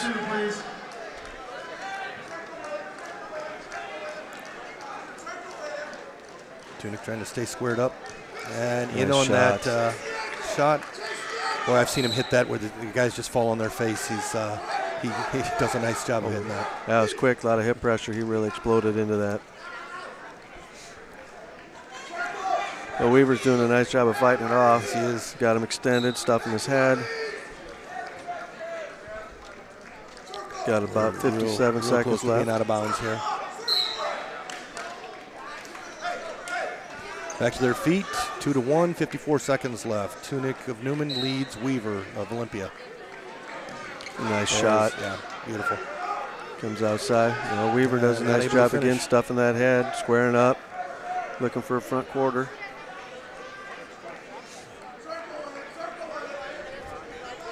You know, that might be a case of what you talk about, junior versus freshman, just Absolutely. strength. Yep, absolutely. But, you know, Tunic got out of that front quarter position well, too. You know, these are two evenly matched young men. Yeah, Weaver's gonna look for something out of this. Probably some maybe type a of shuck. I was just going to say shuck drag of some sort. There comes that shot. He's in on single. Tunic's got the ankle. 15 He's gonna just crab into him. He can step behind. Yeah, he's working on it. You got 9 seconds. There's the got two. it covered. There's two. Tunic of Newman is up 4-1 now over Weaver of Olympia. Yeah, that's huge, getting them 2 points in the last 10 seconds. All the years you've been around the sport, you know those are big. Right. They don't want to give them up in the last 10 seconds. No, but you sure want to get them. Tunic's going to choose down. He's up 4-1. Third period. Weaver chops that arm. I was just going to say, I don't know that we've seen Weaver on top. No, we haven't. Now, the other Olympia kids were running wings left and right, so I would imagine that's what we're going to see. I watched Weaver's semifinal match against Powell of Litchfield, and they were really going at it on their feet, and next thing you know, he had him pinned. And yeah, Weaver's got a wing and a half here. Oh, he ran that hard, He didn't did. He's got that awful tight. But Tunic's coming out the backside. As long as he keeps that hip shoulder up. Nice job by Kyle Tunic. He's got 3 near fall, and right now, very composed. Yes. Again, freshman. Should be 1 here eventually. Nope. Yeah, there he got the give him 1. Now it's 5-4 Tunic. Got a minute and 15 seconds left. In deep on a single. Should blows them out, brings it back to their feet neutral. So you got 5-4. Tunic ahead of Weaver in the third period with a minute and 8 left. Yeah, a close match going on in that 5th place match. Fleming of Ottawa and Powell of Litchfield. Looks like Powell's up 4-2 going 38 seconds left in the third. Another nice Again shot. with that outside single. Changed it up this time, went to a crackdown position. Somebody's been watching doing the Perler camps. I would think so. My There he goodness. goes. Tunic with another takedown. 38 seconds left. Yeah, keeping that hand, you know, keeping them split, keeping it nice and deep. Yep. That's just a lot of pressure. Yeah. He did a nice job of getting out of that. It looked like he was in a lot of trouble. He Yes, gave it up did. 3 there, but again, kept working out of it, stayed composed. Yeah, Tunic got the stall call. That's nothing wrong with that. 22 Yeah, seconds left, up 3.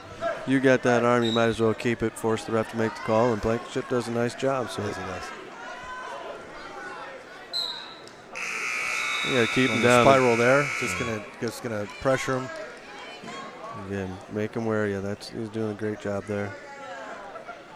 Come inside position. 10 seconds. That's a big win for Mr. Tunic. It is. And Weaver gave him a heck of a go. It wasn't like it was just a one-sided Chop match. that arm. 7-4. Kyle Tunic, Sterling Newman is going to be your winner over Austin Weaver of Olympia. Number 2 seed over the number 1 seed. Okay, wrestling fans, draw your attention to the awards area. At 195 pounds. Next weight class we have coming up is going to be 160 pounds. You got Danny Norton of Cole City ranked 5th going up against Dylan Keller Morrison ranked 8th. That'll be a good match. Norton coming in 22-0. He's a junior. He was the number 1 seed. Keller, 19-3. He's a senior. He was the number 2 seed. In fourth place, Riley Wilkins We from got to Morrison. see a lot of those guys down there at Springfield. Right. You know, we didn't wrestle them, but yeah, got to see a lot of them. This young man is a In goer. third place, We Peyton Huntsman ended up from wrestling Litchfield the Auburn. first night, and then we saw him again the next day in the tournament. So Oh my goodness, that makes it a lot of In fun. second Yeah. place, Robbie we beat them the Carey first time. They from Mercer County. figured some things out the second time. They returned the favor, huh? Yeah. Third place, we have Joel Cook And of your Pittsfield 2017 and Jacob 195-pound Connolly of winner, Leroy. Miles Anger from In Rock fifth place, you Falls. got, is it Mike Mitchell of Palos Heights against Lucas Schob of Clinton. Looks like Terry's back. Is he? He might be There you sweating go. a little bit. That was a good match. All right, I'll turn it back over and be back for 38. Thank you. Alrighty. How's your blood pressure? I don't want to check it right now. That was a good match. It was a real good match. Kyle, boy, he really stayed composed when he got turned. Yeah, because he was tight. He was tight. I really thought that was going to be the end of it. He He's- does a nice job. He did a nice job last week getting off his back and coming back and pinning the guy. He wrestles really well for a freshman. Yes, I he mean, does. He's very composed. Very. All right, what do we have in the finals here? We've got Danny Norton of Coal City against Dylan Keller of Morrison. This is the same Danny Norton who sewed up the duel for Coal City against Lee Wynn at the Abe Rumble. That's right. You got a good memory. Yeah, that was. They needed this. He needed to not lose at least. Yes. And they won the duel. Danny Norton, who is ranked 5th at 1A, and Keller, who is ranked 8th at 1A. A little scramble going. Nice scramble. Yeah. Keller ends up hitting the gym floor there. Doesn't seem to phase him too much. Little pounding going on in the head right now. Right. Norton again, the number 1 seed. Keller, the number 2 seed coming in. Norton a junior, Keller a senior. Norton making it to the finals via a 9-3 victory over Jacob Connolly. I can't tell if that's an L or a T. of Leroy. Conity or Connolly. And Keller a pin in 27 seconds over Cook of Pittsfield in the semifinals. Cook was the number 3 seed.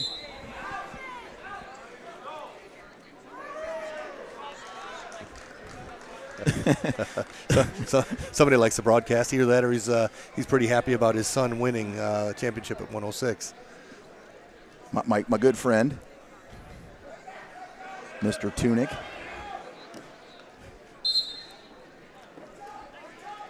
Well, Norton was in deep on a shot. Yeah, nice defense there by Keller to secure the takedown. He's slick. He is because I thought that was going to be Norton's takedown. He's a big kid. He's tall. Yeah. For a 60-pounder, he's a tall kid. Yes. That's the theme with Morrison. They've got some tall They wrestlers. do have some tall guys. Joe Eads being one of them. Joe Eads is tall. Well, we're going to see here in a little bit. For a 38-pounder, I think he's 6'2". 6 foot. Yeah, it's a wonder he didn't turn out to be a basketball player. Another I'm slick wrestler. Yeah. Got a boot in now, does Keller from Morrison, riding with a 2-0 lead with about 30 seconds left to go in the first period.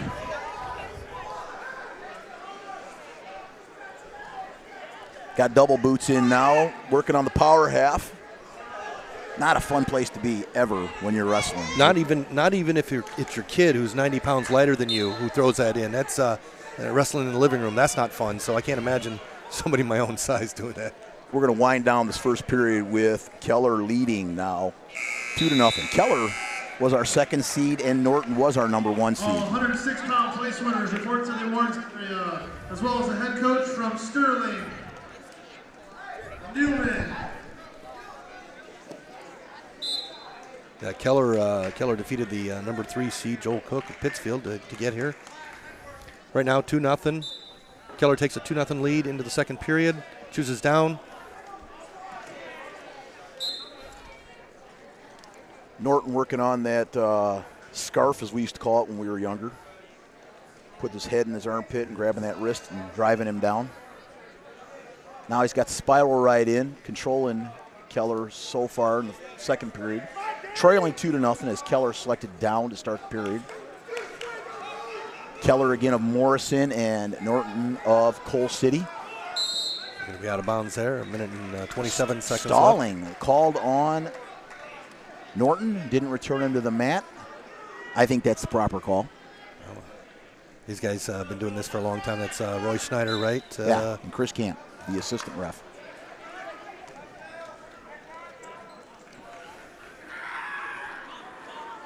Keller trying to tripod up there.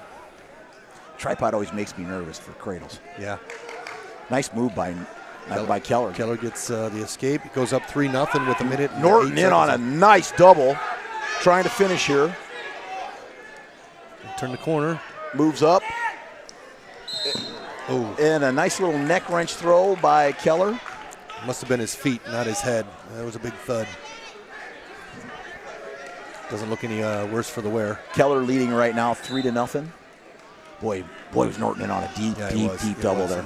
But a testament to how tough it must be to score on Keller. Well, Keller's doggone tall. Yeah, he is. It's really tough to get his feet off the mat there. A couple times I thought he was going to get scored on, and he's been able to fight it off. Folks, again, if you're watching this broadcast, you're watching it live. It's brought to you by Illinois Matmen. If you're enjoying this, brought to you, it's free. If you would go to the Matman website and click on the GoFundMe page to help continue bringing these events to you live. Norton in deep. It looked like he was getting ready to score. Neck wrenched into Keller, his back, and there's your neck wrenched him. fall.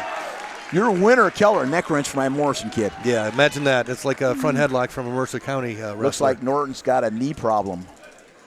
That was a nice move by It Keller. was, because it looked like it was going to be Norton's takedown. He's so doggone tall. Yeah, you know. he's. I'd say he's a little bit of an unorthodox wrestler. Looking at a replay here on the website. There's been some fun matches so far, hasn't There there? have, and then there's some good ones still to come. And I don't want to overemphasize how they do this order out of order. They sometimes want to look at what they think the fans want to see. But I tell you, I'm not at all displeased with how they've ordered it so far. I mean, they've all been good matches. They have been. So I'm really hoping that these later matches live up to their billing. Yeah, if these if the ones to come still are the better matches, then we're in for a treat. I'm really looking forward to the 170-pound match. Who do we have? We've got Wenger of Dakota, who I really enjoy watching. Right. He's a tough, slick wrestler, runner-up in state last year, and he is wrestling Stevie Silva Mantino, who He's ranked second in 2A. right, and he's tough. Yeah, he, that's gonna he be- beat winner of Clinton, who I had the opportunity to watch earlier in the tournament. I didn't think Silva was going to beat him. Yeah, that's going to be a heck of a matchup. Wenger won the Dvorak tournament a few weeks ago. Was it Dvorak or Iron Man? Dvorak. Dvorak. Okay. Which is the bigger schools premier tournament of the year. Right. It's kind of the bigger schools tournament that rivals the Princeton tournament here for the smaller schools. Absolutely. So he can go daily double and get the big one and the small Yeah. one. He puts away the final here. Yeah. I just enjoy watching him wrestle. He's a hard-nosed, tough kid, slick. That'll be the second to last weight class. And, We're watching the third place match right now between Cook of Pittsfield and It's kind of T, I Conity. believe. It looks like a T. I don't. of Leroy. It's some pretty small print. With Conity of Leroy leading 5-1 with about a minute left to go. Oh, he's got him turned over. He's going to rack up some back points. He's got two. Oh, no, he's waving it off. I thought he had a 2 count there. Got a minute left. It's 5-1 right now. Conity's leading. Cook's going to have to come up here pretty quick and start scoring some points. We've got about a minute left to go, and he's trailing 5-1. I know you're going to step away here in another couple of matches. Your son steps on the mat for third place. Yep. I doubt I'm going to be able to sit here and be calm while he's wrestling, so I'm going to step away. And Normally I would walk over and coach that match, but I know that you want to go over and watch it. So yeah, so hopefully you don't pick me up yelling in the background. No, we'll move you away from the table here. You probably could hear me yelling. I don't think we picked you up on the mic, but I hope I not. could hear you through the headphones. There we go. We've got a back points now, like a reversal on back points. We're winding down this third period as Connolly from Leroy is well in command here. We're winding the period down. How far down is Pittsfield? I know it's a drive. It's a pretty good drive. A little further south than Leroy. And there's your final. Your winner from Leroy, 7-4. Or I'm sorry, take that back. 10-4. Yep, got the 3. All right, we're moving on to a much anticipated final for me. Okay, We've got Nolan Baker, number 1 ranked, defending state champ, defending Pitt champion, walking on the mat against James Chenier of Orion, the number 3 ranked wrestler at 145. I've known Nolan since he was a little guy, so this is kind of a fun match for me. Yeah, it should. Schneer was in a battle with Wetzel. Wetzel ranked number 2. Schneer ranked number 3 in the state. Schneer ended up pulling that out 2-1 to make the finals. And Wetzel's going to wrestle for 3rd place. And Nolan Baker makes his way to the final via a major decision over Bobby Shields of Wilmington. That was a pretty good match for Bobby Shields. He did what he needed to do to stay in the match. Of course, Nolan is a wrecking machine. He hammers some folks. Last year he made it all the way to the state finals before he faced a wrestler that he didn't pin. He faced Porta, the Porta wrestler, in the finals. And Hild. Hild, yes. Yeah, I believe he pinned him here at the Princeton tournament. He did. And then Hild went the distance with him in the state finals. Who is our number 1 ranked wrestler right now at 132. Sure is. Trey Hild. So Baker jumps up from 32 to 45. Hild stays down at 32 2 years in a row. Baker will be making his way next year to Northern Illinois to continue his wrestling career. Yeah, I read that on Illinois Matmen, I believe. His dad sent me a text after they signed. I've known his dad for years as well. I was happy for him. I think he'll do well. Yeah, I think so. I've known his dad. I've coached against his dad back in the day when I used to coach. For 3rd place, Austin Wetzel. But Chenier is not a slouch. He's a tough competitor. He placed last year at state. I'm not sure what place, somewhere between 3rd and 5th, I believe. Here we go. As we start. Oh, we're going to go upper body, and right there's away, your headlock. Right away, for Baker with the headlock. Well, we never thought we would see that, would we? I thought maybe Schneer would have done maybe avoided that any sort of contact. Oh, it's Chenier trying to roll through. Strong enough to try to roll him through. Baker, he's going to stay. Back to his feet as we go back upper body. He's going to stay. Baker's got double overs. I know Baker does. And there's your headlock again. Boy, I tell you, the crowd's loving it. Boy, I'll tell you what, he's violent with that headlock. Yeah, it's nothing that they didn't expect to see, but when you see it, he's impressive. Schneer trying to roll him through once again. Baker is just strong. Right now, we're already looking at a score of 7-1. Well, it'll be 10-1 if he gets. Yes, if Schneer works his way off his back. Yep. That was nice by Chenier to get off his back. It was. First it time. was. He's a very strong kid. Well, he's got him wrapped up tight there, doesn't he? Yeah, it's pretty tight. We've got a minute left to go in the first period. This is a tough place to be for Chenier. Again, Schneer got here by beating Austin Wetzel, the number 2 ranked wrestler in the state, 2-1. Who is wrestling for 3rd place now against Shields of Wilmington. Got Riley Dolan down on and Jake Larson down on the 5th place match. Matt, looks like Dolan might be on his back, but Funky D trying to roll through there, as we affectionately call him. Right. Schneer doing a great job of fighting off the pin. Yeah, it is. It's a rough place to be. You know what? And I'm hoping he survives because I want to see. There it is. There's your fall. 13 seconds left to go in that first period. Your winner, Nolan Baker of Byron. Winner by pin. Schneer went right after him, didn't he? Tied up with him. That was harsh. That was a nice.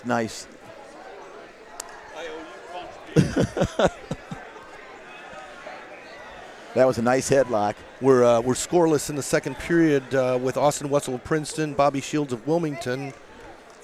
Going into the second period, no score. Down on the 5th place mat. We're watching the 3rd place match now between Austin Wetzel starting the second period. Knotted at zeros. Austin selects down. He is against Brody Shields of Wilmington. Wetzel's had a pretty up and down tournament. He's had a good tournament. That I tell you, the semifinals between he and Schneer was, though it was 2-1, was a super exciting match. It was. That ended with a flip Granby attempt. It did. by Schneer. It did.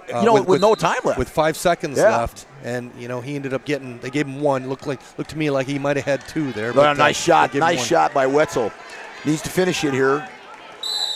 Boy, that's what we were trying to tell Kyle. That chase that ankle, man. You got that nice head inside single. Let's drop that hip a little bit. Chase the ankle. Circle with him. Austin, your number 2 ranked wrestler in the state. Schneer and Baker will all be coming through the same sectional. So how fun is that going to be? They're going to see each other again. We'll get to watch this all over again come sectional time. Throw some more names in the mix there, and going to make for a fun tournament. Well, you've got Durfee from Stillman Valley. Yeah. May have something to say about all that too. Absolutely. We've got a minute left to go with Wetzel leading in the second period via an escape. 1-0. 160-pound place winners. And the head coach from Morrison, please report to this area. Wetzel in with what we call a rocket attempt there. Pulls off of it now, trying to secure his 2. Yeah, nice job by Shields there from Wilmington to keep that to no score. I got to tell you, that's a singlet from Wilmington that I haven't seen before. I haven't either. I was just thinking. I've never seen it. Looks like the old school singlets in the IK. It does. There's your 2 points by Wetzel. He takes a 3-0 lead now with 20 seconds left to go. Entertaining the home crowd is Wetzel. Big favorite here in Princeton. I've seen Austin wrestle for. He's another guy that seems like he's been around forever. He's a senior now, but yes. I think probably 2 years ago somebody. Probably because of his build, said this guy's got to be a senior, right? He said, he did look like a senior when he was a sophomore. He did. Although I got to lose the mustache. That must be his trademark. Riding tough here. Now we're gonna go into the third period with Wetzel leading 3-0. No throws. And Shields selects down to start the third period for Wilmington.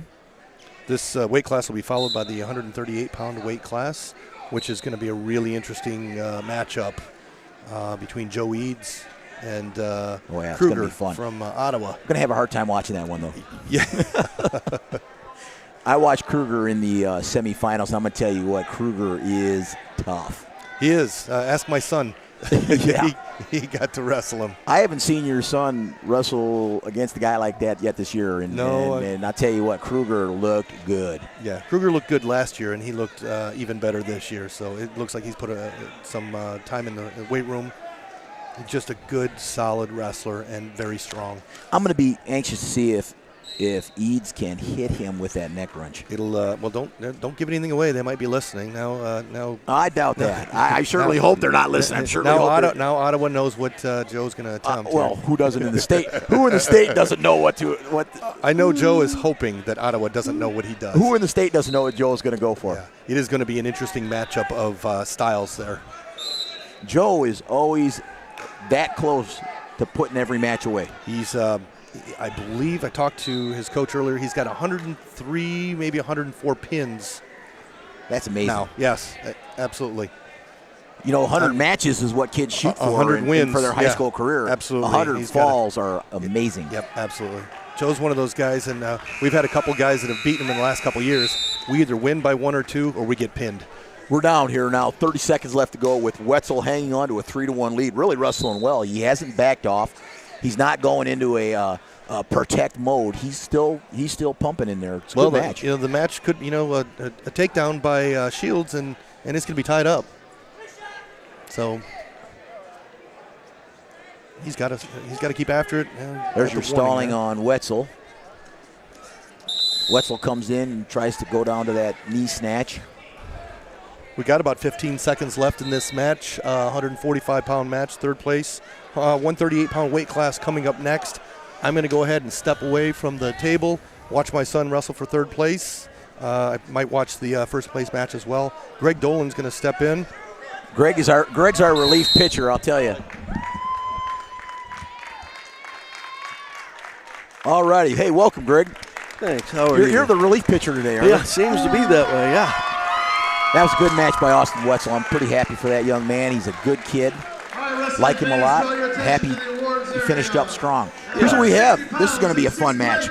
We've got the third-ranked wrestler in 2A in Kruger of Ottawa against Joe Eads, the number 3 ranked wrestler in 1A from Morrison. That's our championship match. Third place, we have McGuire of Roxana against Sanders of Sterling Newman. Barker of Dakota against Jezik of Coal City. That's going to be a fun match. Yeah, that will be. Although I know Colin's kind of nursing a bad back right now. I tweaked his back a little bit. This tournament takes a toll on everybody. Oh, my goodness, I'd say so. You know, you got kids coming in with 1-2 losses, getting out here without placing. And that's something, isn't it? It is. It's a great tournament. Well run always. Kale, who's wrestling for third place, got a 5th seed to start the tournament. That's how tough this tournament is. The guys in front of him were legit. I mean, there were some good wrestlers. Yeah, you know, my son just got done at 45, came in at 24-2 and got a 7 seed. Wow. How in the world does that 24-2. Yeah. Wow. And a 7 seed. Now, and he wrestled to 6, so, you know, he wrestled to his seeds. Can't ever complain. Princeton does a great job. They know what they're doing, getting kids ranked and set in this tournament. Fun tournament. Yes, it is. For third place is Alex McGuire from Roxana and Cale Sanders from Sterling Newman. Yeah, this is my first time seeing Roxana this year. I don't know if they were here last year, were they? You know what? I don't remember. I think so. Usually we'd see him down at that St. Thomas tournament. Nice headlock there, toes in. 2 right on the edge. That's 2. All right, we're just starting the championship match here with Kruger and Eads. I'm trying to focus on that match. Of course, I'm having a tough time with Sanders down here. You got Kale going over here. You know, young man from Ottawa just shot underneath Joe. That's right in his wheelhouse. That's right where Joe likes to be. Yes, it is. He's gonna bake that little peak out, and then he comes with his neck wrench. Yep. Joe is so long. Yeah, he is so long. This works so well for him because you can't get his feet off the mat. You can't. And he's got good leverage. And you know, when you think you got him, he's going to sneak that hand back and go for a near side cradle. Unfortunately, I've seen it this year. I'm not a big fan of it.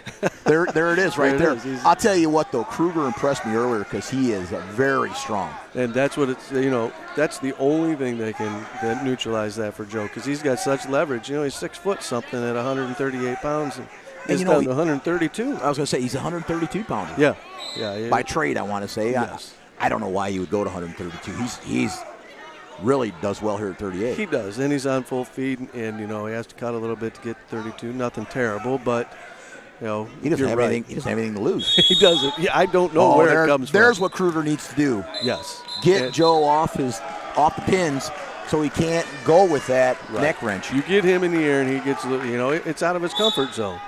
You're right. He's good with his feet in the mat. Kale. He's sitting around here trying to get his 2. Doing a little boot scooting. Nice job by Roxana to step over that. Kale bellies back down. He's trailing 2-0 on the third place match. Still got 0-0 on the championship match. You know, Rob Malazzo is the head coach down at Roxana, and he was a heck of a wrestler. To be honest with you, the great referee. We lost a good one when he went back to coaching. Nice duck under. Into a single leg by Kruger. Got Eads' leg up. Eads defending real well. You got that whizzer in. Kruger trying to step around, shelve that leg. Oh, as they go off the mat again. We got 14 seconds left to go. And we've got a no score on the championship match. We just finished first period in this third place match. Sanders from Newman trailing 2-0. McGuire of Roxana 2-0. Sanders chooses down. 145-pound place winners and the head coach for Byron, please. Go over to the awards area. No score in the first period on the championship match. Eads and Kruger of Ottawa. Eads of Morrison. Eads is taken down. We've got a reversal, and we're going to rack up a little back points here, hopefully. For Sanders. Oh, we got the rocket in. Got it in. 1. Attaboy. You got 2 1 counts, but no 2 counts. Tied the match up, though. We've got Eads selecting down in the second period to start the championship match. Kruger on top. Kruger is a hammer on the top. You know, I haven't seen him. Spent 9 years coaching at Rock Falls against Ottawa, so yeah, they come at you. And their coach is a good coach, but Yeah, I haven't seen him yet. We were unfortunate enough to get him in the semis. He is a hammer on top. You know what? Then I guess I did see that. But again, you're dealing with length. Yeah, a lot of length. A lot of kids just don't know how to attack that. You know, Joe uses leverage as well as I've seen any wrestler use it. He really uses his leverage well. He really does. He got stayed up, got the stall call there, got brought back down, but back up to his feet again. That stall call could loom large coming to the end of this match. You don't have any score yet. No, 0-0 with a minute 10 left in the second. Now he's got to get hand control. Kruger seems to want to go for that wing or at least tie that arm up. He got a cheap tip there, but it was out of bounds. Still 2-2 over here in Kale's match. Kale trying to stay off there. Kruger riding him, got him broke down to his belly, got a boot in. Oh. I know Kruger seems to be complaining about something here. Yeah, he does. He's trying to dig for a wing. Oh, there's the stalling neutralizer call on Eads. Yep, now they both got one. I don't know about that one. That's one of those questionable calls. It is. Drives a coach crazy, isn't it? It does. If I'm the other coach, I'm saying his forehead's in the mat. He's not doing nothing. If I'm in the corner, I'm saying, what else can I do? He's got a boot in. I'm complaining either way. No matter if I'm the defensive wrestler or the offensive wrestler, I'm complaining both ways. Yes. We're down to 25.9 seconds, 0-0. This is a fun match. A lot going on here. For 0-0, there really has been a lot going on. Jump sides, again, looking for that wing. Yeah, returns him to the mat. I don't think he wants to toy with that stalling call again. I don't think so. Here he's got the hips covered. He's got to get off to the side to avoid that. Sanders picks up a 2-point takedown, now leading 4-2, minute and a half left to go in the third. There's a nice tip by Kruger, not getting any points yet. Eads is fighting off here real well. Yeah, that was nice by Eads. Kept those hips in good position, sat up. This match is really living up to its billing. This is a fun match to watch. We've got a 0-0 match going into the third period. Kruger selects down. And that's, you got to think about doing that on Eads. You're going to get chicken wings. You're going to get near side cradles. He can run outside for his neck wrench. He sinks that tight waist in right there, and he squeezes you. Yeah, he dropped Kruger right down to his belly here. He's got 6-foot arms. Wow. It's like a. It feels like he's reaching around and touching your spine when he gets that arm around you. Yes, I like to say anaconda, but his arms are about as big as garter snakes. He's so skinny. Kruger hips out. Sanders up 4-2 with a minute left, digging in a half. Oh, Kruger's reaching around. Now we're back out to that front headlock position. He lives there, doesn't he? Oh, he does. He's going to try to dig his hand in for that near side cradle. And he's waiting for you to peek out there. Yep, as soon as you think you're in good position, you're in trouble. Nice job by Eads to regain control here. Now he's going to switch back off to that comes in wrench. on that single, switches off to a double, trying to finish here. He's going to. No, Eads isn't done with that. Gets that high leg. He's he's not done with that neck wrench yet. Here you got strength versus leverage. Who's going to win out? And they go out of bounds. They do. He's going to. I think they're going to talk about whether or not they're going to give him one for that. I'm not sure. They are. Oh, they gave him two reversal. I would have went for the one. I wouldn't have complained about the one, but the two. Wow. Yeah, I don't know. He's had that neck wrench deep. He did. He had that neck wrench deep. Wow, as you can see, Tony goes to the table. He wants a little explanation about that one. Yeah. I don't blame him. I don't either. I wouldn't argue about the one. No. You give me, I'll take the one. Cale Sanders picks up a 4-2 win for Sterling Newman on third place. He doesn't have an argument about the one. About the two, I don't know. I might have a little argument about that one, Greg, I'll tell you. He asked the assistant. The assistant didn't help him out much. I would definitely be questioning that. That's awesome. Now you got to keep in mind that we still got tall calls on both these guys. Yeah, and now we're on our feet again, Kruger. Stay on your. That's got to be stalling right there. There's your 1 point. That's a point. Now we need our escape here. I want to see that overtime. Right, you might as well go for it. I got to tell you, I'm a wrestling fan here, and I want to see this go to overtime. He's got to come back up to his feet. And if he does, Kruger's got a choice. Take the other stall call and make it 2-2 or cut him and go 2-2. I'm having fun on this one. This is a fun match. You got your number 3 in the 2A and number 3 in the 1A going at it here. We're looking at Kruger came down. Now he's looking to go He's put that back claw to his in. feet. Come across. Can he sit? No. 27. He's got to get back to his feet. Now Kruger's got that claw deep here. Yes, he does. But his hips are still parallel. He's got to get out to the side or he's going to get called for stalling on top. He's working that arm now on Joe pretty good. He's got him flattened out to his belly. Joe's got a little, got to get going here. We're down to about 8 seconds left to go. Come back up, hit. All right, we're going to get a restart with 5 seconds left to go with Kruger hanging on to a 2-1 lead.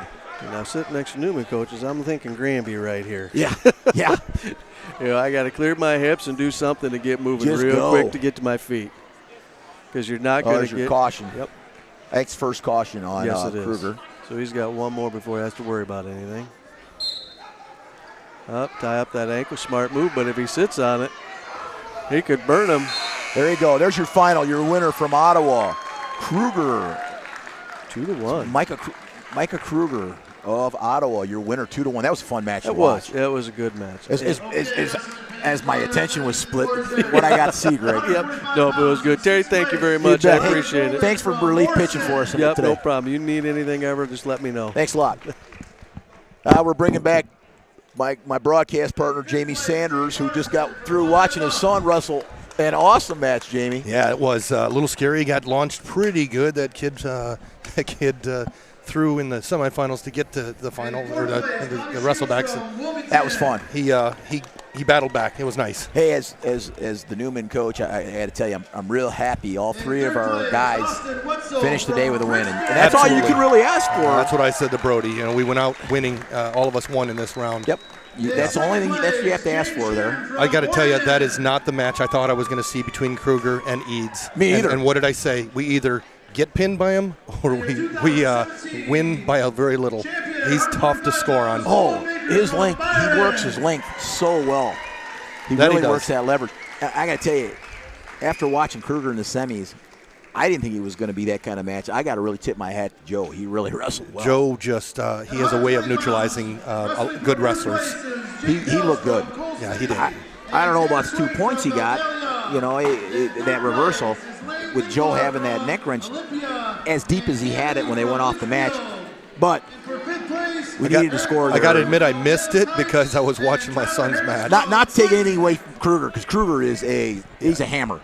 Yeah, he's a hammer. Yeah, that is just not the match I thought it was going to be. Hats off to Joe Eads. Hey, let's go to the 120-pound finals now. We've got Hiles of Coal City against Swain of Vandalia. Yeah. They're the number 5 Hiles ranked and number 3 Swain ranked from Vandalia. They are the number 1 and the number 2 seeds coming in. Hiles a senior, 9-1. Tanner Swain from Vandalia is a sophomore, 19-1 coming into the tournament. Who do we got going on the other matches? We've got Litwiller from Olympia, Cam Lee from Litchfield, and Eric Muhammad from Palos Heights. And then Shepherd and Tyler Harris from Clinton for 5th place. I appreciate you reading those, Jamie. I cannot read that. I couldn't without the glasses. We've got it going here now on the championship match. We've got about a minute 20 left to go. No score. We got a little hand fighting going on, a little pushing and shoving. I expect we're going to see some fireworks here. We are Hiles. Hiles is a senior. Watched him the last couple of years. He's fun to watch. Yeah. I don't know as much about Swain from Vandalia. He's a young guy. Yes, he is. He's only a sophomore. Yep. Got an impressive record coming in here, 19-1. You know what's funny is every year when Vandalia, and I've done this broadcast here at Princeton for a few years, it seems like Vandalia has these guys around forever. They start out as freshmen, and by the time they're seniors, you seem like you see them forever. Well, I think it's because these guys are varsity as freshmen, and in some good programs, you really got to work your way into a varsity position. These guys are coming in and establishing themselves as varsity wrestlers right off the bat. That's why, after 4 years, it seems like maybe 5 or 6 that they've been there. Vandalia's got a tough team, too. They do.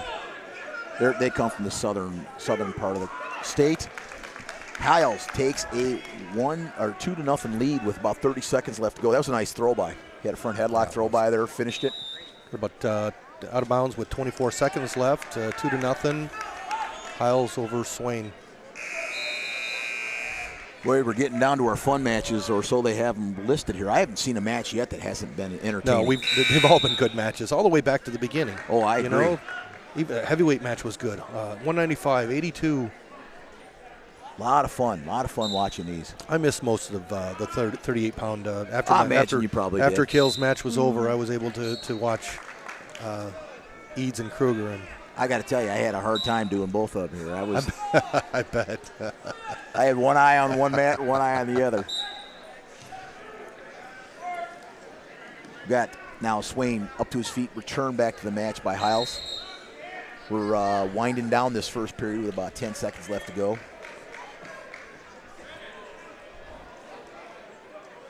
On the third place match, we've got Litwiller up 5-0 over Cam Lee of Litchfield. We got to see Cam Lee a couple of times. No, that's not who we saw last week. Or maybe he did. Maybe he bumped up since we saw Litchfield twice. We did. Last week at Abe's Rumble.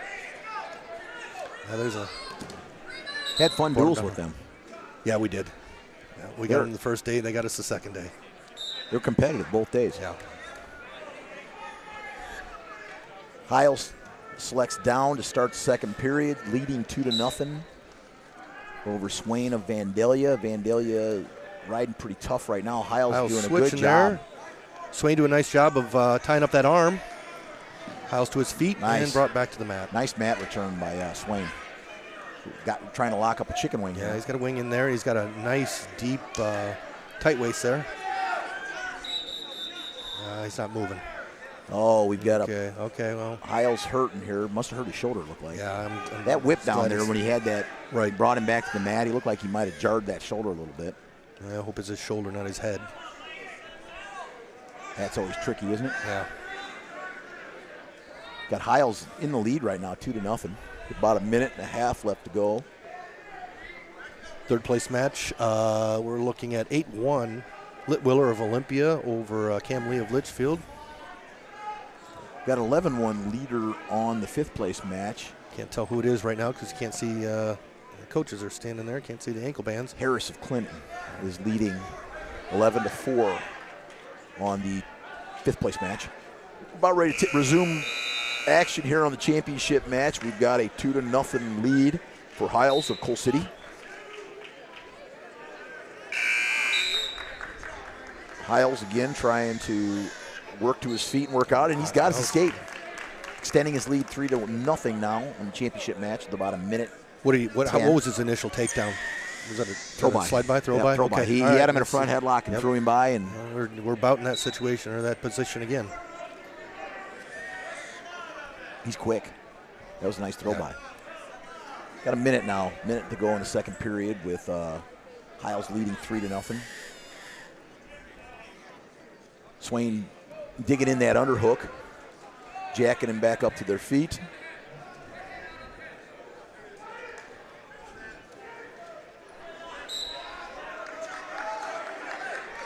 You go off the mat. He's going to push him off the mat. 38 seconds left in the second period.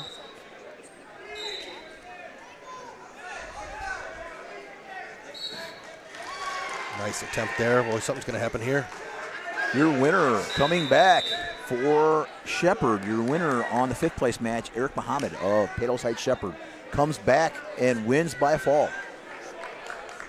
29 seconds left to go in the championship match. A little bit of action there on before they went out of bounds. Looked like there was going to be a score. There wasn't. And you got a winner at third place, a fall by Litwiller of Olympia over Lee of Litchfield. Here we go, 14 seconds left to go. We've got a 3-0 lead for Hiles from Coal City. Tries to slide by. Nice reshot by Swain of Vandalia. They go off the mat. 5 seconds left to go. I would anticipate Swain selecting down to start third. You get the feeling, honestly, that these guys are evenly matched enough that Swain's nowhere near out of the match. No. One big move and he's right back in it. He is going to select down. Trailing 3-0 in the third period now. Hiles on top. Swain to his feet. Mat returned by Hiles. Hiles riding tough there. A lot more emphasis on that, bringing them back to the mat, it Yeah. seems like this year. I mean, it's always been the stalling there, but they're with that new rule about not trapping the arm and lifting, Right. that's potentially dangerous. Right. They're really a little bit more emphasis on that mat return this year than there has been in the past. Yeah, and I've even there's been some discussion amongst some of the referees. Oh, there's a referees, switch. Yeah, nice. Switch. Nice switch by So we Swain. got 3-2 right now. Hiles is up. Minute and a half left in the third period. I wonder how long the Vandalia coaches are going to let this go on before they cut him. Yeah, if he doesn't turn him, he's going to have to cut him real soon. He hasn't really been in any danger of turning him at this point. No, he hasn't. So it's going to be interesting to see how long they let this go. We We got a stalling call on Hiles on bottom, stalling. Got about a minute 10 left to go in the third period. Just saw Vandalia's coach peek over his shoulder, look at the clock. Going to have to do something. He's got to turn him or. Stalling on. We've had warnings for both wrestlers now. Yeah, stalling on Swain. There you go. He's gonna cut him, going back neutral. They're gonna go neutral now. I figured about a minute they'd let that go. And Yeah, he's got a minute to find a way to score. Hiles now leads 4-2. The good thing is they're gonna have to have some action here because they've both been warned for stalling. So we're gonna have to see some action in the end of this match. So Hiles can't just sit on the lead. Again, Swain with an underhook. Hiles forcing him off. It's a pretty good match. It is a good match. 43 seconds left to go. Number 5 ranked and number 3 ranked. Hiles is 5. Swain is 3. There might be some adjustment to those rankings after this weekend. Or not. You never know. 33 seconds left to go. Swain content to dig that underhook in. Doesn't seem like he's doing a whole lot off of the underhook at this point. No.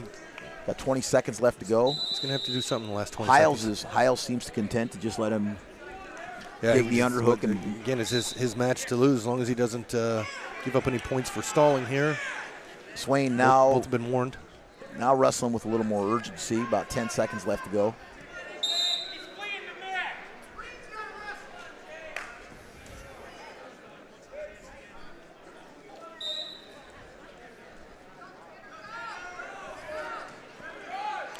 Hiles into looked like a front headlock position there, but no, he's just play some defense. I think we're going to have that's the final here. He got a 2 right at the end. Hiles is going to be your winner, 6-2. That was a good match. It was a very good match. We haven't really had any bad ones yet, have we? No.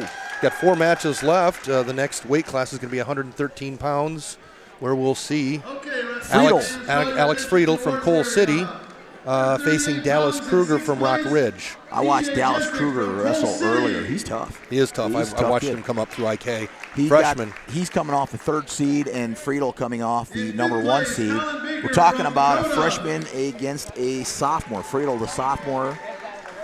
Friedel, I watched him quite a bit last year. He's a good, dynamic wrestler. He's fun to watch. He had an injury to fault, but he had a tech fall, a major decision to get here. I saw Kruger go through Munoz of Ottawa in the semis, and I'm going to tell you, Munoz is tough. Munoz is tough. Yeah, he was number 2 seed. Yes. Kruger upset him 9-5 to get here. Kruger wrestled really well in that match. Yeah. I was impressed by him.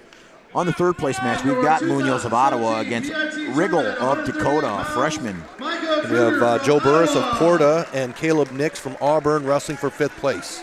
Riggle's done well to get to the 3rd place. He's come through some matches to get here. Yeah, well, he lost early, and it's a long 2 days if you drop down to those wrestlebacks. Unfortunately, Riggle had Friedel in the first round of the championship and had to wrestle back from there. Absolutely, and he's done a nice job to make it all the way back to the 3rd place match. I've watched Riggle wrestle since IK. He's a tough kid. What year is he?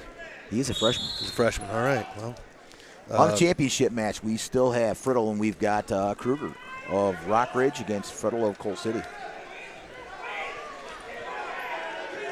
Friedel in on a shot. Kruger has a front headlock, trying to keep that head buried, and Friedel trying to come out on that arm. Friedel circling around now for that back leg. He's going to get in deep. Yep. Stepping over. Yet. There's stepping your over. 2. He's got the 2. It looked like Kruger was going to go to the face of the lace. Yeah, whatever they call that. We've seen a lot of it this weekend, haven't we? We have. Yeah, we have.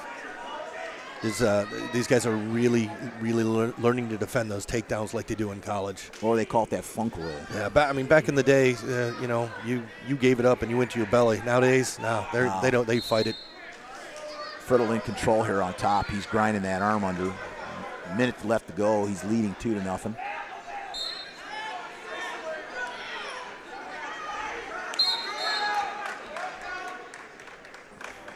Got the Brooks ref in this match, Scott Holbrook and Ted Timbrook. Well, I know Scott. Scott was a few years ahead of me in high school, and I was drew the short straw many days and ended up being his practice partner. 38 seconds left to go with a restart. We've got Friddle of Coal City leading 2-0. Kruger starting down. Friddle again going right to that arm and working that arm.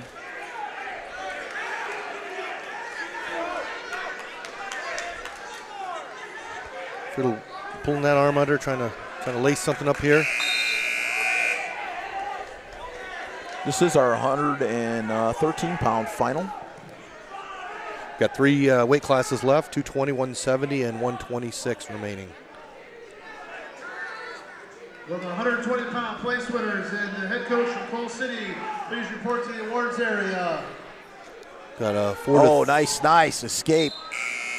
Friddle's in on the leg again. Nice escape, right? Yeah. That'll drive you crazy as a coach when they give up that point at the end of a period. I didn't see much happening. I looked away to the third place, Matt. I was going to give an update there. I missed the escape.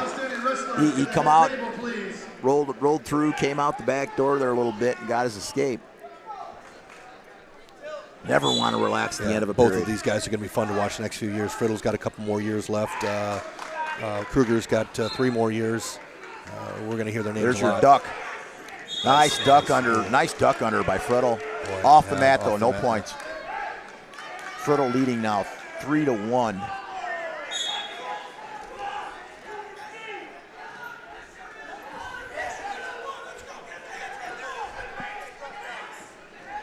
Low single attempt in on the leg now is Kruger of Rockridge.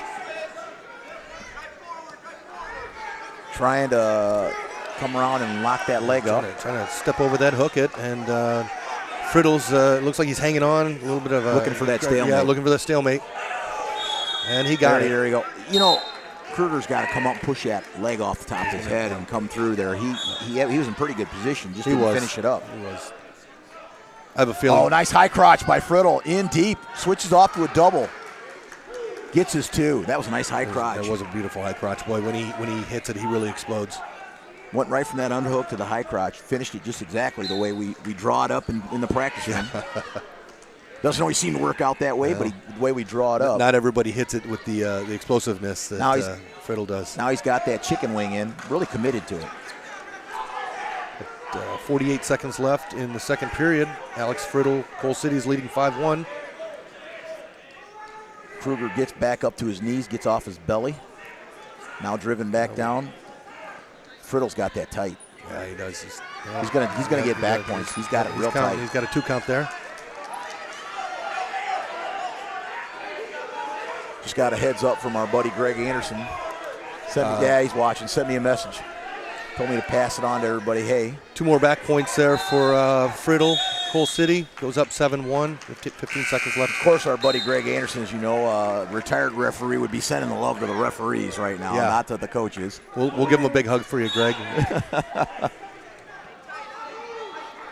There's Kruger rolling through, gets his escape. Now Friddle leading again at the end of the second period. He secures an escape. At the end of the second period, Friddle leading 7-2 at this point now. Almost identical to the end of the first period. He's got to have a little bit more movement maybe here throughout the third period. Kruger selects neutral to start the third, trailing 7-2 to Friddle of Coal City. Coal City is really wrestling well. There's that high crotch again. Nice shot, beautiful. And secures a takedown. He is quick with that high crotch. So now if you're a 113-pounder out there, you've just seen him shoot 2 really nice high crotches. Probably not the only thing he's got in his arsenal. Oh, I wouldn't think so. He is tough. As is the entire Coal City. It looks like Coal City, they had a 30-point lead going into the final round here. Well represented here in the finals. Haven't seen him drop too many decisions, many matches either. Nope. It's going to be interesting here in a few weeks. I know Lee Win and Dakota have a duel coming up this week, and of course we saw Coal City and Lee Win last week down at the Abe's Rumble. Coal City pulled it out in the final match. We're now at about a minute left, minute 10 left to go in the third, with Friddle with a commanding 9-2 lead on Kruger of Rockridge. Boy, lots of movement from Kruger on the bottom. He's really working to get out there. I tell you what, he's a good-looking freshman. Yeah, he is. Yeah, Friddle, again, coming in undefeated, 22-0 when he started this tournament. Maybe just a little bit more experience. But Kruger, we're gonna hear that name a lot in the next 3 years.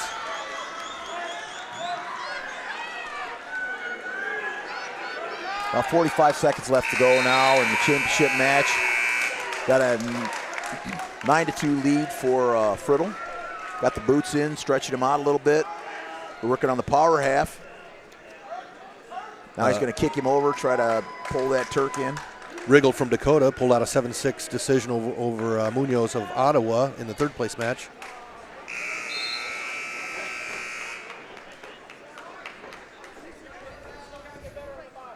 Friddle with the wing. He's got about 12 seconds left.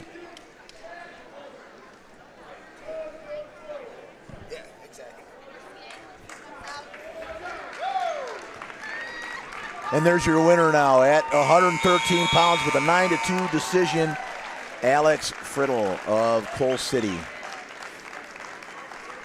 Let's move on now. We're getting down to the last three matches of the night. We're going to 220. Number one against number two. Very nice. Keaton Fogler from Olympia, ranked number 2, against Maverick McPeak of Dakota, ranked number 1. They were the number 1 and 2 seeds. What's kind of funny though is got it reversed. Right. Fogler being the number 1 seed, but the number 2 ranked wrestler. Comes in, he's a junior, comes in at 22-1. McPeak is a junior, comes in at 15-2. And was the runner-up at the Dvorak. He sure was. Yep. This is the first of our Dakota finalists, right? And yes. we've got the second Dakota finalist coming up in the next weight class, 170 pounds. In second place, Tanner Swain from Vandalia. Vogler gets here via a 8-6 decision over Logan Lee of Orion. And McPeak gets here via a 8-3 decision over Max Lamont of Leroy. Moving on to our third place match. Got Kyle Hammer of Clinton facing Logan Lee of Orion. And Lamont of Leroy against Radke of Litchfield for 5th place. Somebody must like Logan Lee. They've got beast in parentheses here. I see that. Next to his name. From Orion, Alex Slavin from Leroy and Reese Ridiot from Litchfield. Here we go. We're dialing up here.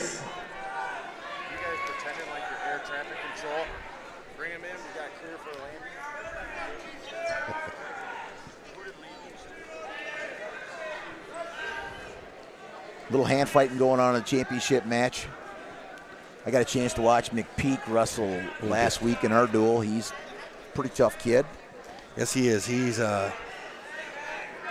pretty long too, isn't he? He's pretty tall. He's a big kid for yes, 220. He's all up 220. Yeah.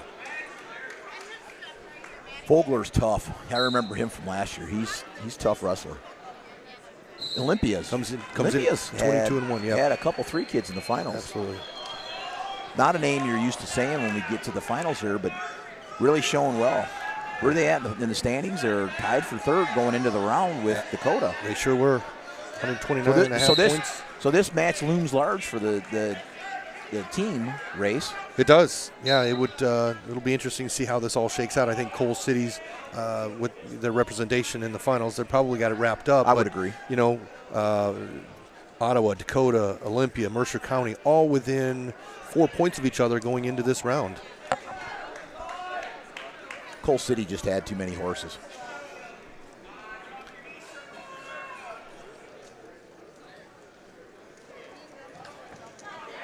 Little arm drag tried by McPeak. Fogler scrambles out. We got about 25 seconds left to go in the first period here.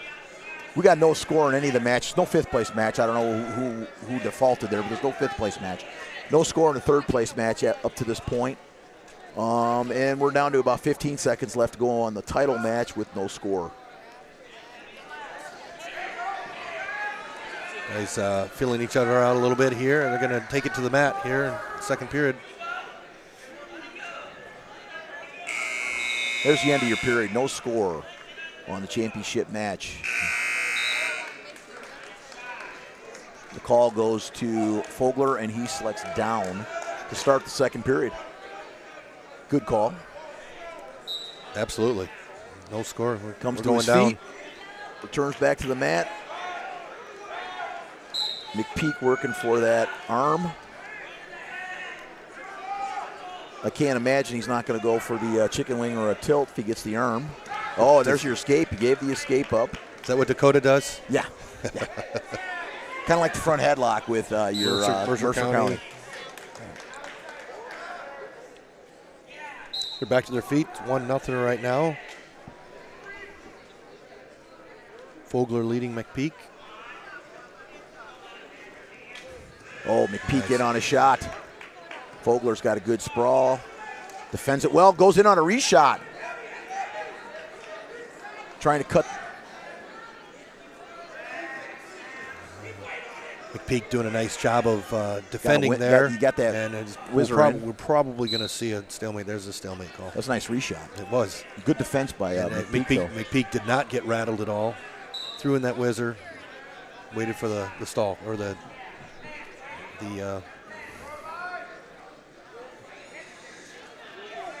good action for a couple of big boys there. Absolutely. Oh, nice. Nice shot in on a single leg. Looking for the dump dump. that. And there's your two. Climb up the body. There's your two. Nice takedown by McPeak. Fogler right back to his feet. Nice action. 39 seconds left to go. McPeak leading 2-1. Oh, he's going to let him go. We got a tie match. 2-2. That's an interesting call to me. Well, I think that he let him up? Or yes, did he let him up. Okay, all right. I didn't know if he was saying he lost control there.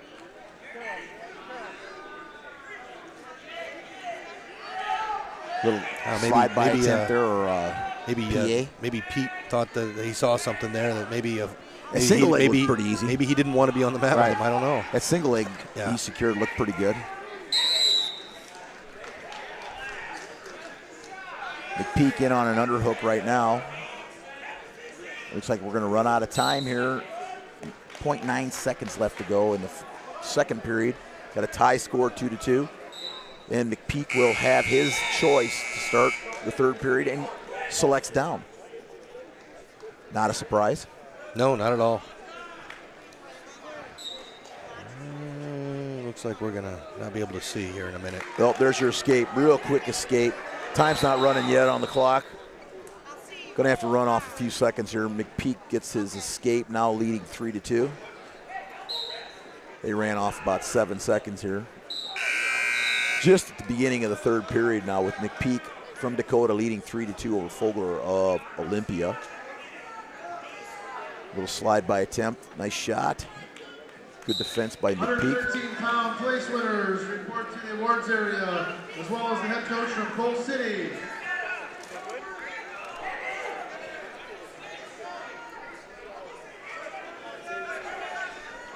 Oh, nice single leg. McPeak comes up. Gotta keep it in bounds now. Oh, they go able off. to do so. That was a nice single leg. It was nice. Nice single leg for a 220-pounder. You get the feeling that that he could hit that just about any time he wanted.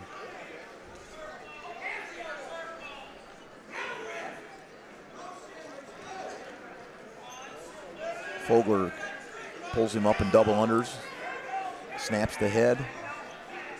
There's that single leg again. Right in into a deep. single. Oh, it's a neck wrench. Neck wrench by Fogler. And McPeak scrambles out. Nice action. That's awesome action. That's a lot of movement from these 220-pounders. Boy, McPeak looked like he was heading to his back, and he scrambled out well. Nice job. Little breathing room, that little breathing room. Yeah.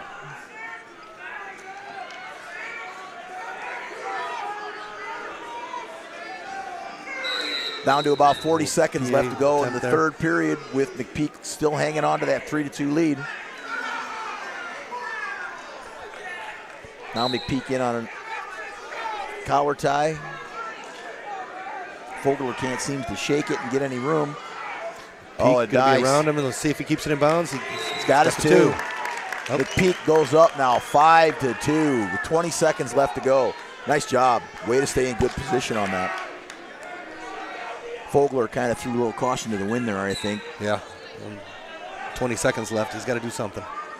Fogler back to his feet trying to get an escape. He gets it. 12 seconds left to go now with McPeak leading 5-3. Peak just going to do the best he can to avoid anything big here. And that's going to be your final, folks. Good final match of 220. McPeak, your winner from Dakota, 5-3 over Fogler. That was a fun match. Nice match. Yep. And your winner for third place, Logan Lee. No, not Logan. Was it Logan Lee? No, not Logan Lee. No, Logan was leading, and I'm not sure what happened. Hammer if there was a fall at the Clinton end. is your winner. Yeah, Logan Let's was move leading on that to match. our second to the last match of the night. This is going to be a fun match. We've got Wenger of Dakota, your number 1 ranked wrestler and Dvorak champion from Dakota, wrestling Stevie Silva Mantino, your 2nd ranked wrestler at 2A. Third place match, Logan Winter from Clinton against Brandon Ellsbury of Byron. And for 5th place, Caleb Gugas from Wilmington. Tyler Myers from Rock Falls. I should have let you take the Wilmington wrestler. I was going to let you do that. You've been harassing me all weekend about how I mispronounce names. I was going to let you tackle that one. So Wenger comes in, number 1 seed, ranked number 1. Silva comes in, the number 2 seed, ranked number 2 in 2A. And Silva sporting starting today, a 5-0 record. And Wenger sporting a 16-1 record. Wenger's a senior. Silva is a junior. He's got another year. Yeah. Silva knocked off a real tough Logan Winter from Clinton in the semifinals, 4-3. Winter came in undefeated, 19-0. Made his way to the semifinals before he ran into Silva. And Andrew Wenger defeated Brandon Ellsbury of Byron in the semifinals, 9-1. I think Brandon Ellsbury and Andrew Wenger, since the IK, have wrestled about 30 times. They're probably tired of seeing each other. I would think. Brandon Ellsbury, the older brother of the 285-pounder from Byron, Tyler Ellsbury. And Tyler Myers from Rock Falls. Well, if you're going to be the younger brother, you got to be. It's nice if you're bigger. That's not the case here. Oh, it's not. It's no. the other way around. I'm sorry. No, it's not. PIT most outstanding wrestlers to the head table. Again, coaches, turn in your PIT most outstanding wrestlers. Wenger in on a single. Table, right to the single. Oh! Oh! Pins him right away. I think Silva might be out. He's out. Yeah, he went for that. Dove. He went for that roll through. Yep. Sure and did. Wenger was having none of that. I got to tell you, that's what I like about Wenger. He's exciting. I feel bad for the Montini wrestler because he is tough, but Wenger is exciting to watch. He is a really well-positioned wrestler. That was tough. And I wondered, honestly, when he went for that roll. Okay, we're going to move on to the third place match, where we've got Logan Winter of Clinton and Brandon Ellsbury of Byron, scoreless with a minute left in the first period. Boy, I hope Stevie Silva's all right there. I hope He's, so too. Boy, he really went for that to avoid that single, and came down hard on his head. Neither Winger nor the referee realized that he was unconscious at the time. So, Ellsbury and Winter, third place match here. I had an opportunity to watch Winner wrestle earlier as he wrestled one of our guys. He is tough. And I've had an opportunity to watch Brandon since he was in the IK. He's a tough kid, too. Yep. Tall. He's like the other Ellsbury boys, a tall Well, wrestler. it seems like there's been an Ellsbury around for a long time. And that is the end of the match as Winger wins by fall. Oh, I'm glad that young man's okay. Yeah, me too. 12 seconds there.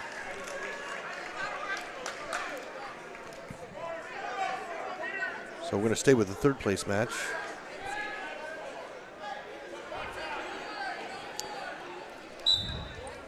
Ellsbury leads 2-0. About 15 seconds left in the first period. Got that 2-on-1. He's bringing it back to the mat.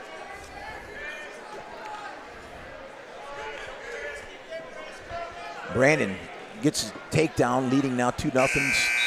End of the first period. Nice job tying up that arm. Brandon Ellsbury gets his choice to start the second period. He's going to select down.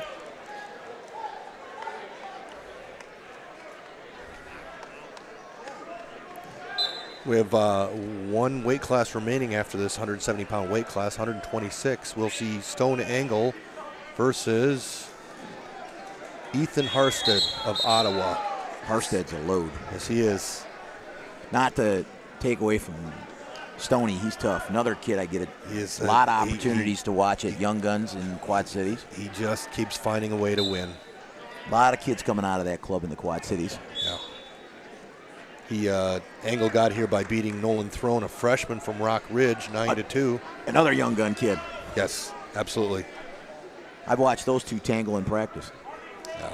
Boudreaux and Harstead, that was a good match. Boudreaux, I believe, was winning. Harstead pinned him.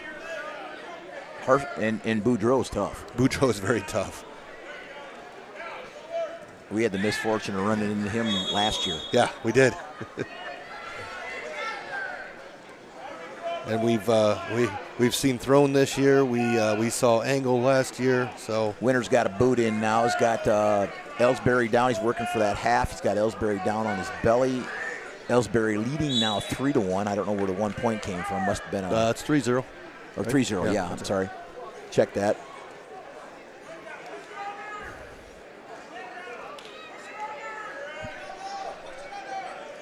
Oh, 45 seconds left. He's just gonna. Ellsbury trying to work his hips up. The head coach from Dakota, please report to the awards area.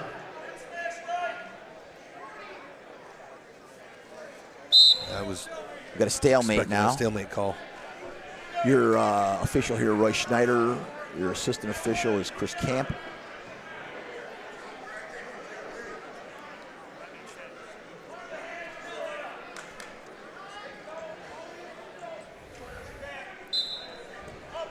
.30 seconds left to go in the second period with Ellsbury leading 3-0 from Byron over Winter of Clinton.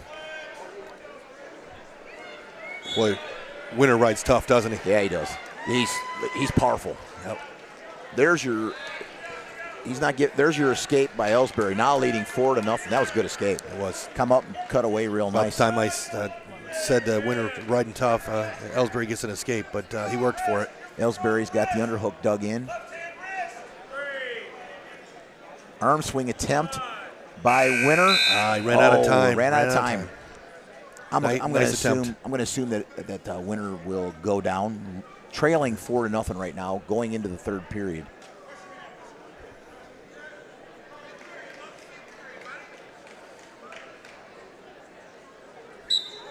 I got to tell you, after watching some of these matches today, Jamie, we're going to see some shakeups, I believe, next week. I believe we are.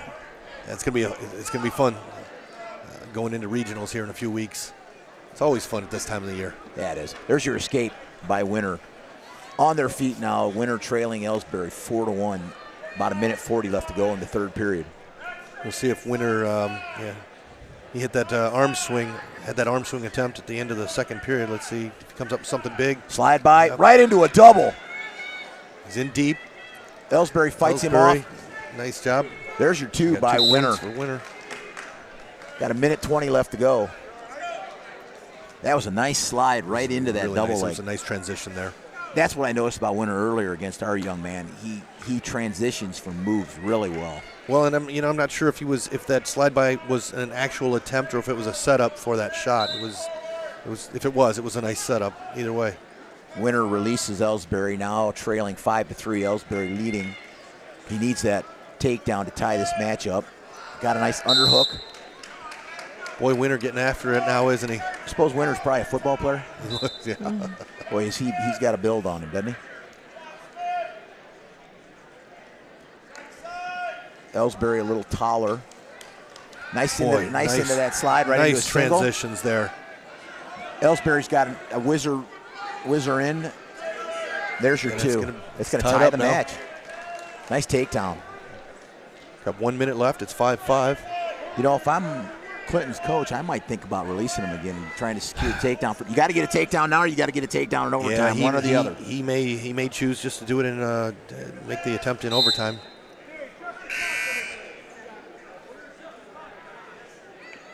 Ellsbury's moving a little bit slowly. I'm not sure if he's hurt. He's limping a little. We got a tie match. We got the clock still running as well. Oh, they ran off. They're trying to run it down. Oh, they must have ran down some time. It's 39 seconds left to go in the third period, and he's going to release him. Cut him. Yep, 39 seconds left. I don't disagree with the strategy at this point. Not at all. He's had on the last two again. takedowns. He's trying for that underhook knee tap. His momentum seems to be swinging his direction right now. There's that slide by again to a shot. Ellsbury defends. We got a stalling warning on Ellsbury right now. That was nice defense, though, on that slide by shot by Ellsbury. He's learned that it doesn't appear he's going to let him get it again because he did secure 2 takedowns with that. Ellsbury in on a leg now. There's a whip over by nice double leg by Ellsbury. Oh, that was nice. Ellsbury's so long. He doesn't have to reach far to get those legs. His arms are about a mile long, it appears. We got about 10 seconds left to go. Ellsbury has a warning, a stalling warning on him. Nice shot. No points yet. There's a 2. Oh, there's your 2 at the end of the period. You're a winner. Logan Winter of Clinton over Brandon Ellsbury of Byron, 7-6. That was a fun match. Yeah, it was a very good match. It was like a finals match, wasn't it? Yeah. Well, both of them could have been in the finals. Yeah, absolutely. You know, the 2 guys that were in the finals, they had real fun matches in the semis. To the awards area. Now we're down to our last match, 126 pounds, where Ethan Harstead, the number 2 ranked wrestler in 2A from Ottawa, is going to face Stone Angle from Mercer County, the number 2 ranked wrestler in 1A. Harstead coming in the number 1 seed, Angle coming in the number 2 seed. And number 2 seed in 2A. Absolutely. Harstead. We move on to that third place match, and this is going to be a fun match to watch. Throne of Rockridge against Boudreaux of Mantino. We got Joe Worms and Jarrett Pasley of Vandalia for 5th. This is a loaded weight class. Look at those names down to 5th place. Absolutely. There's a reason that they put this match at the end. They wanted everybody in the stands. This was the most loaded weight class at this tournament this weekend. This is going to be a fun finals. 126-pound wrestling for first place. Harstead is a hammer, and Angle always dangerous in the front headlock. Works that dresser dump real well. He hit it on Throne a couple of times, and Throne. I know they practiced together at Young Guns. Throne had to know it was coming, but he's good at it. Stone's so good at setting it up, and boy, when he gets you in it. Again, coaches, don't forget to turn in your PIP. Stone's a really long 126-pounder, in contrast with Harstead, who's real stocky. Stone's a junior. Not sure what Harstead. I don't believe Harstead's a senior. It doesn't say here on the sheet, but these are your number 1 and number 2 seeded wrestlers at 126.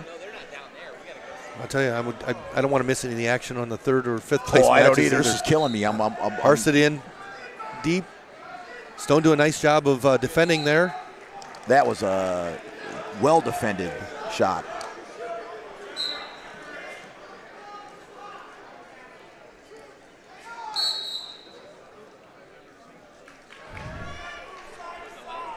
No score on any of the 3 mats yet. And we've got a lot of action on all 3 mats right now. Worms was in deep over here. Yes, in he the was. 5th place match as well. Boudreau in deep on Throne. Throne's got that whizzer in. Nice snap down. Nice snap down there by Harstead. Engel fights it off. Yeah, Harstead, if he doesn't know Engel, he does not want to end up in that front headlock position.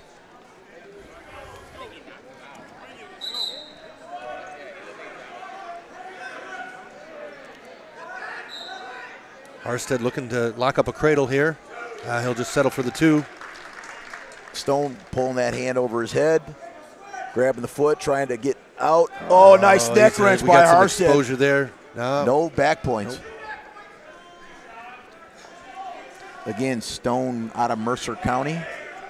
Harstead out of Ottawa. Stone's a junior. He's got 2 state medals in his 2 years so far. I think 2/3 possibly. So Engel with his trademark blonde curly hair. Yeah, he's got it cut a little bit differently this year than he did last year, but you can pick him out of a crowd, that's for sure. Engel coming out the back door. Got that cradle. What are we? It's the wrong clock. Wrong clock. They stopped wrestling. Wrong clock. Even the refs. Both up 1 point. What were they doing? They're saying that. Something's not right. What are we there. doing? Yeah, we got 7 seconds left here. Huh? Yeah. Yeah, I know, but wow. Yeah, they stopped the cradle there. The unfortunate thing is that it looked like Stone had the reversal. Yes. Yep. Instead of 2, he gets 1. Oh, in on a nice knee snatch. Harstead fights it off. There's that dresser dump. Yeah. And that's the end of the first period. Harstead leading Engel 2-1.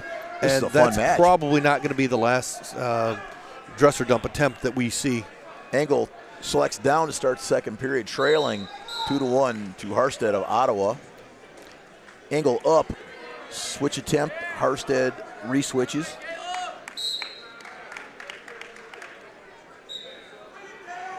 Oh, Stone right. He's got a Grammy. Oh boy, how do you call that? That's he called it a reversal. Yeah, he called it a reversal, and then I'm not sure. He gave it to him. It's 3-2 right now. Engel leading. Well, he's going to try to set him on his shoulders and pin him, I think. Yep. He sits out, as does Engel. Boy, I'm going to guess that Stone's been working on that at Young Guns. Oh yeah. I've seen that from a few wrestlers this weekend. There's your escape. We're all knotted up at 3s now. About a minute left to go in the second period. Stone snaps him down into a front headlock as Harstead backs off the mat. We're scoreless on the 5th place match. We're 2-1 right now with Boudreau leading Throne. Stone in on a front headlock, goes for the leg. No points as they go off the mat. Hear a lot of folks in the crowd yelling for 2 there, but he didn't have both feet secured. Engel working right on that headlock. There's a dresser dump. Nice dresser dump. Right to his back. My Lord. Boy, I could have wrote that script, couldn't I? I said we were going to see it again, and he is deadly with that dresser dump. He is. There's your winner by fall. Stone Engel.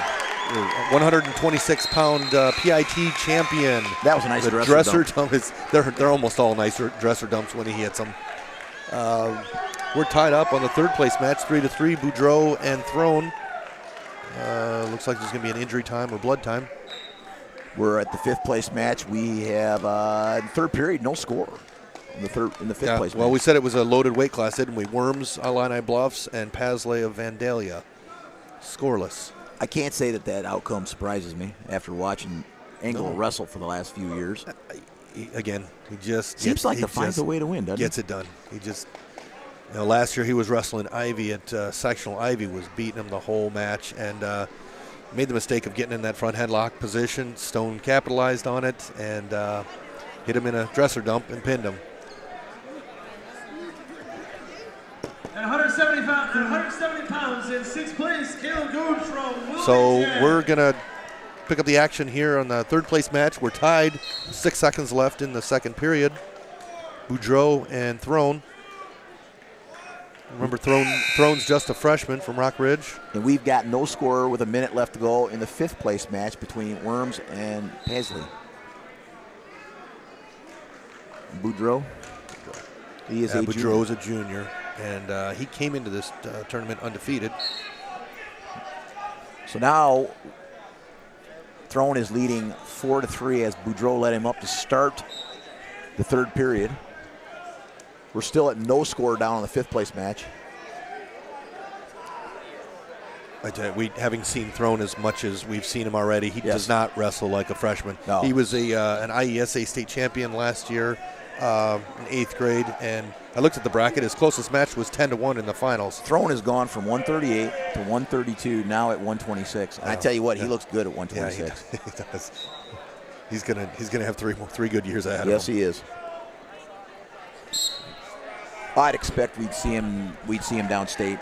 Yeah, we're gonna see him. I think he's ranked 4th now.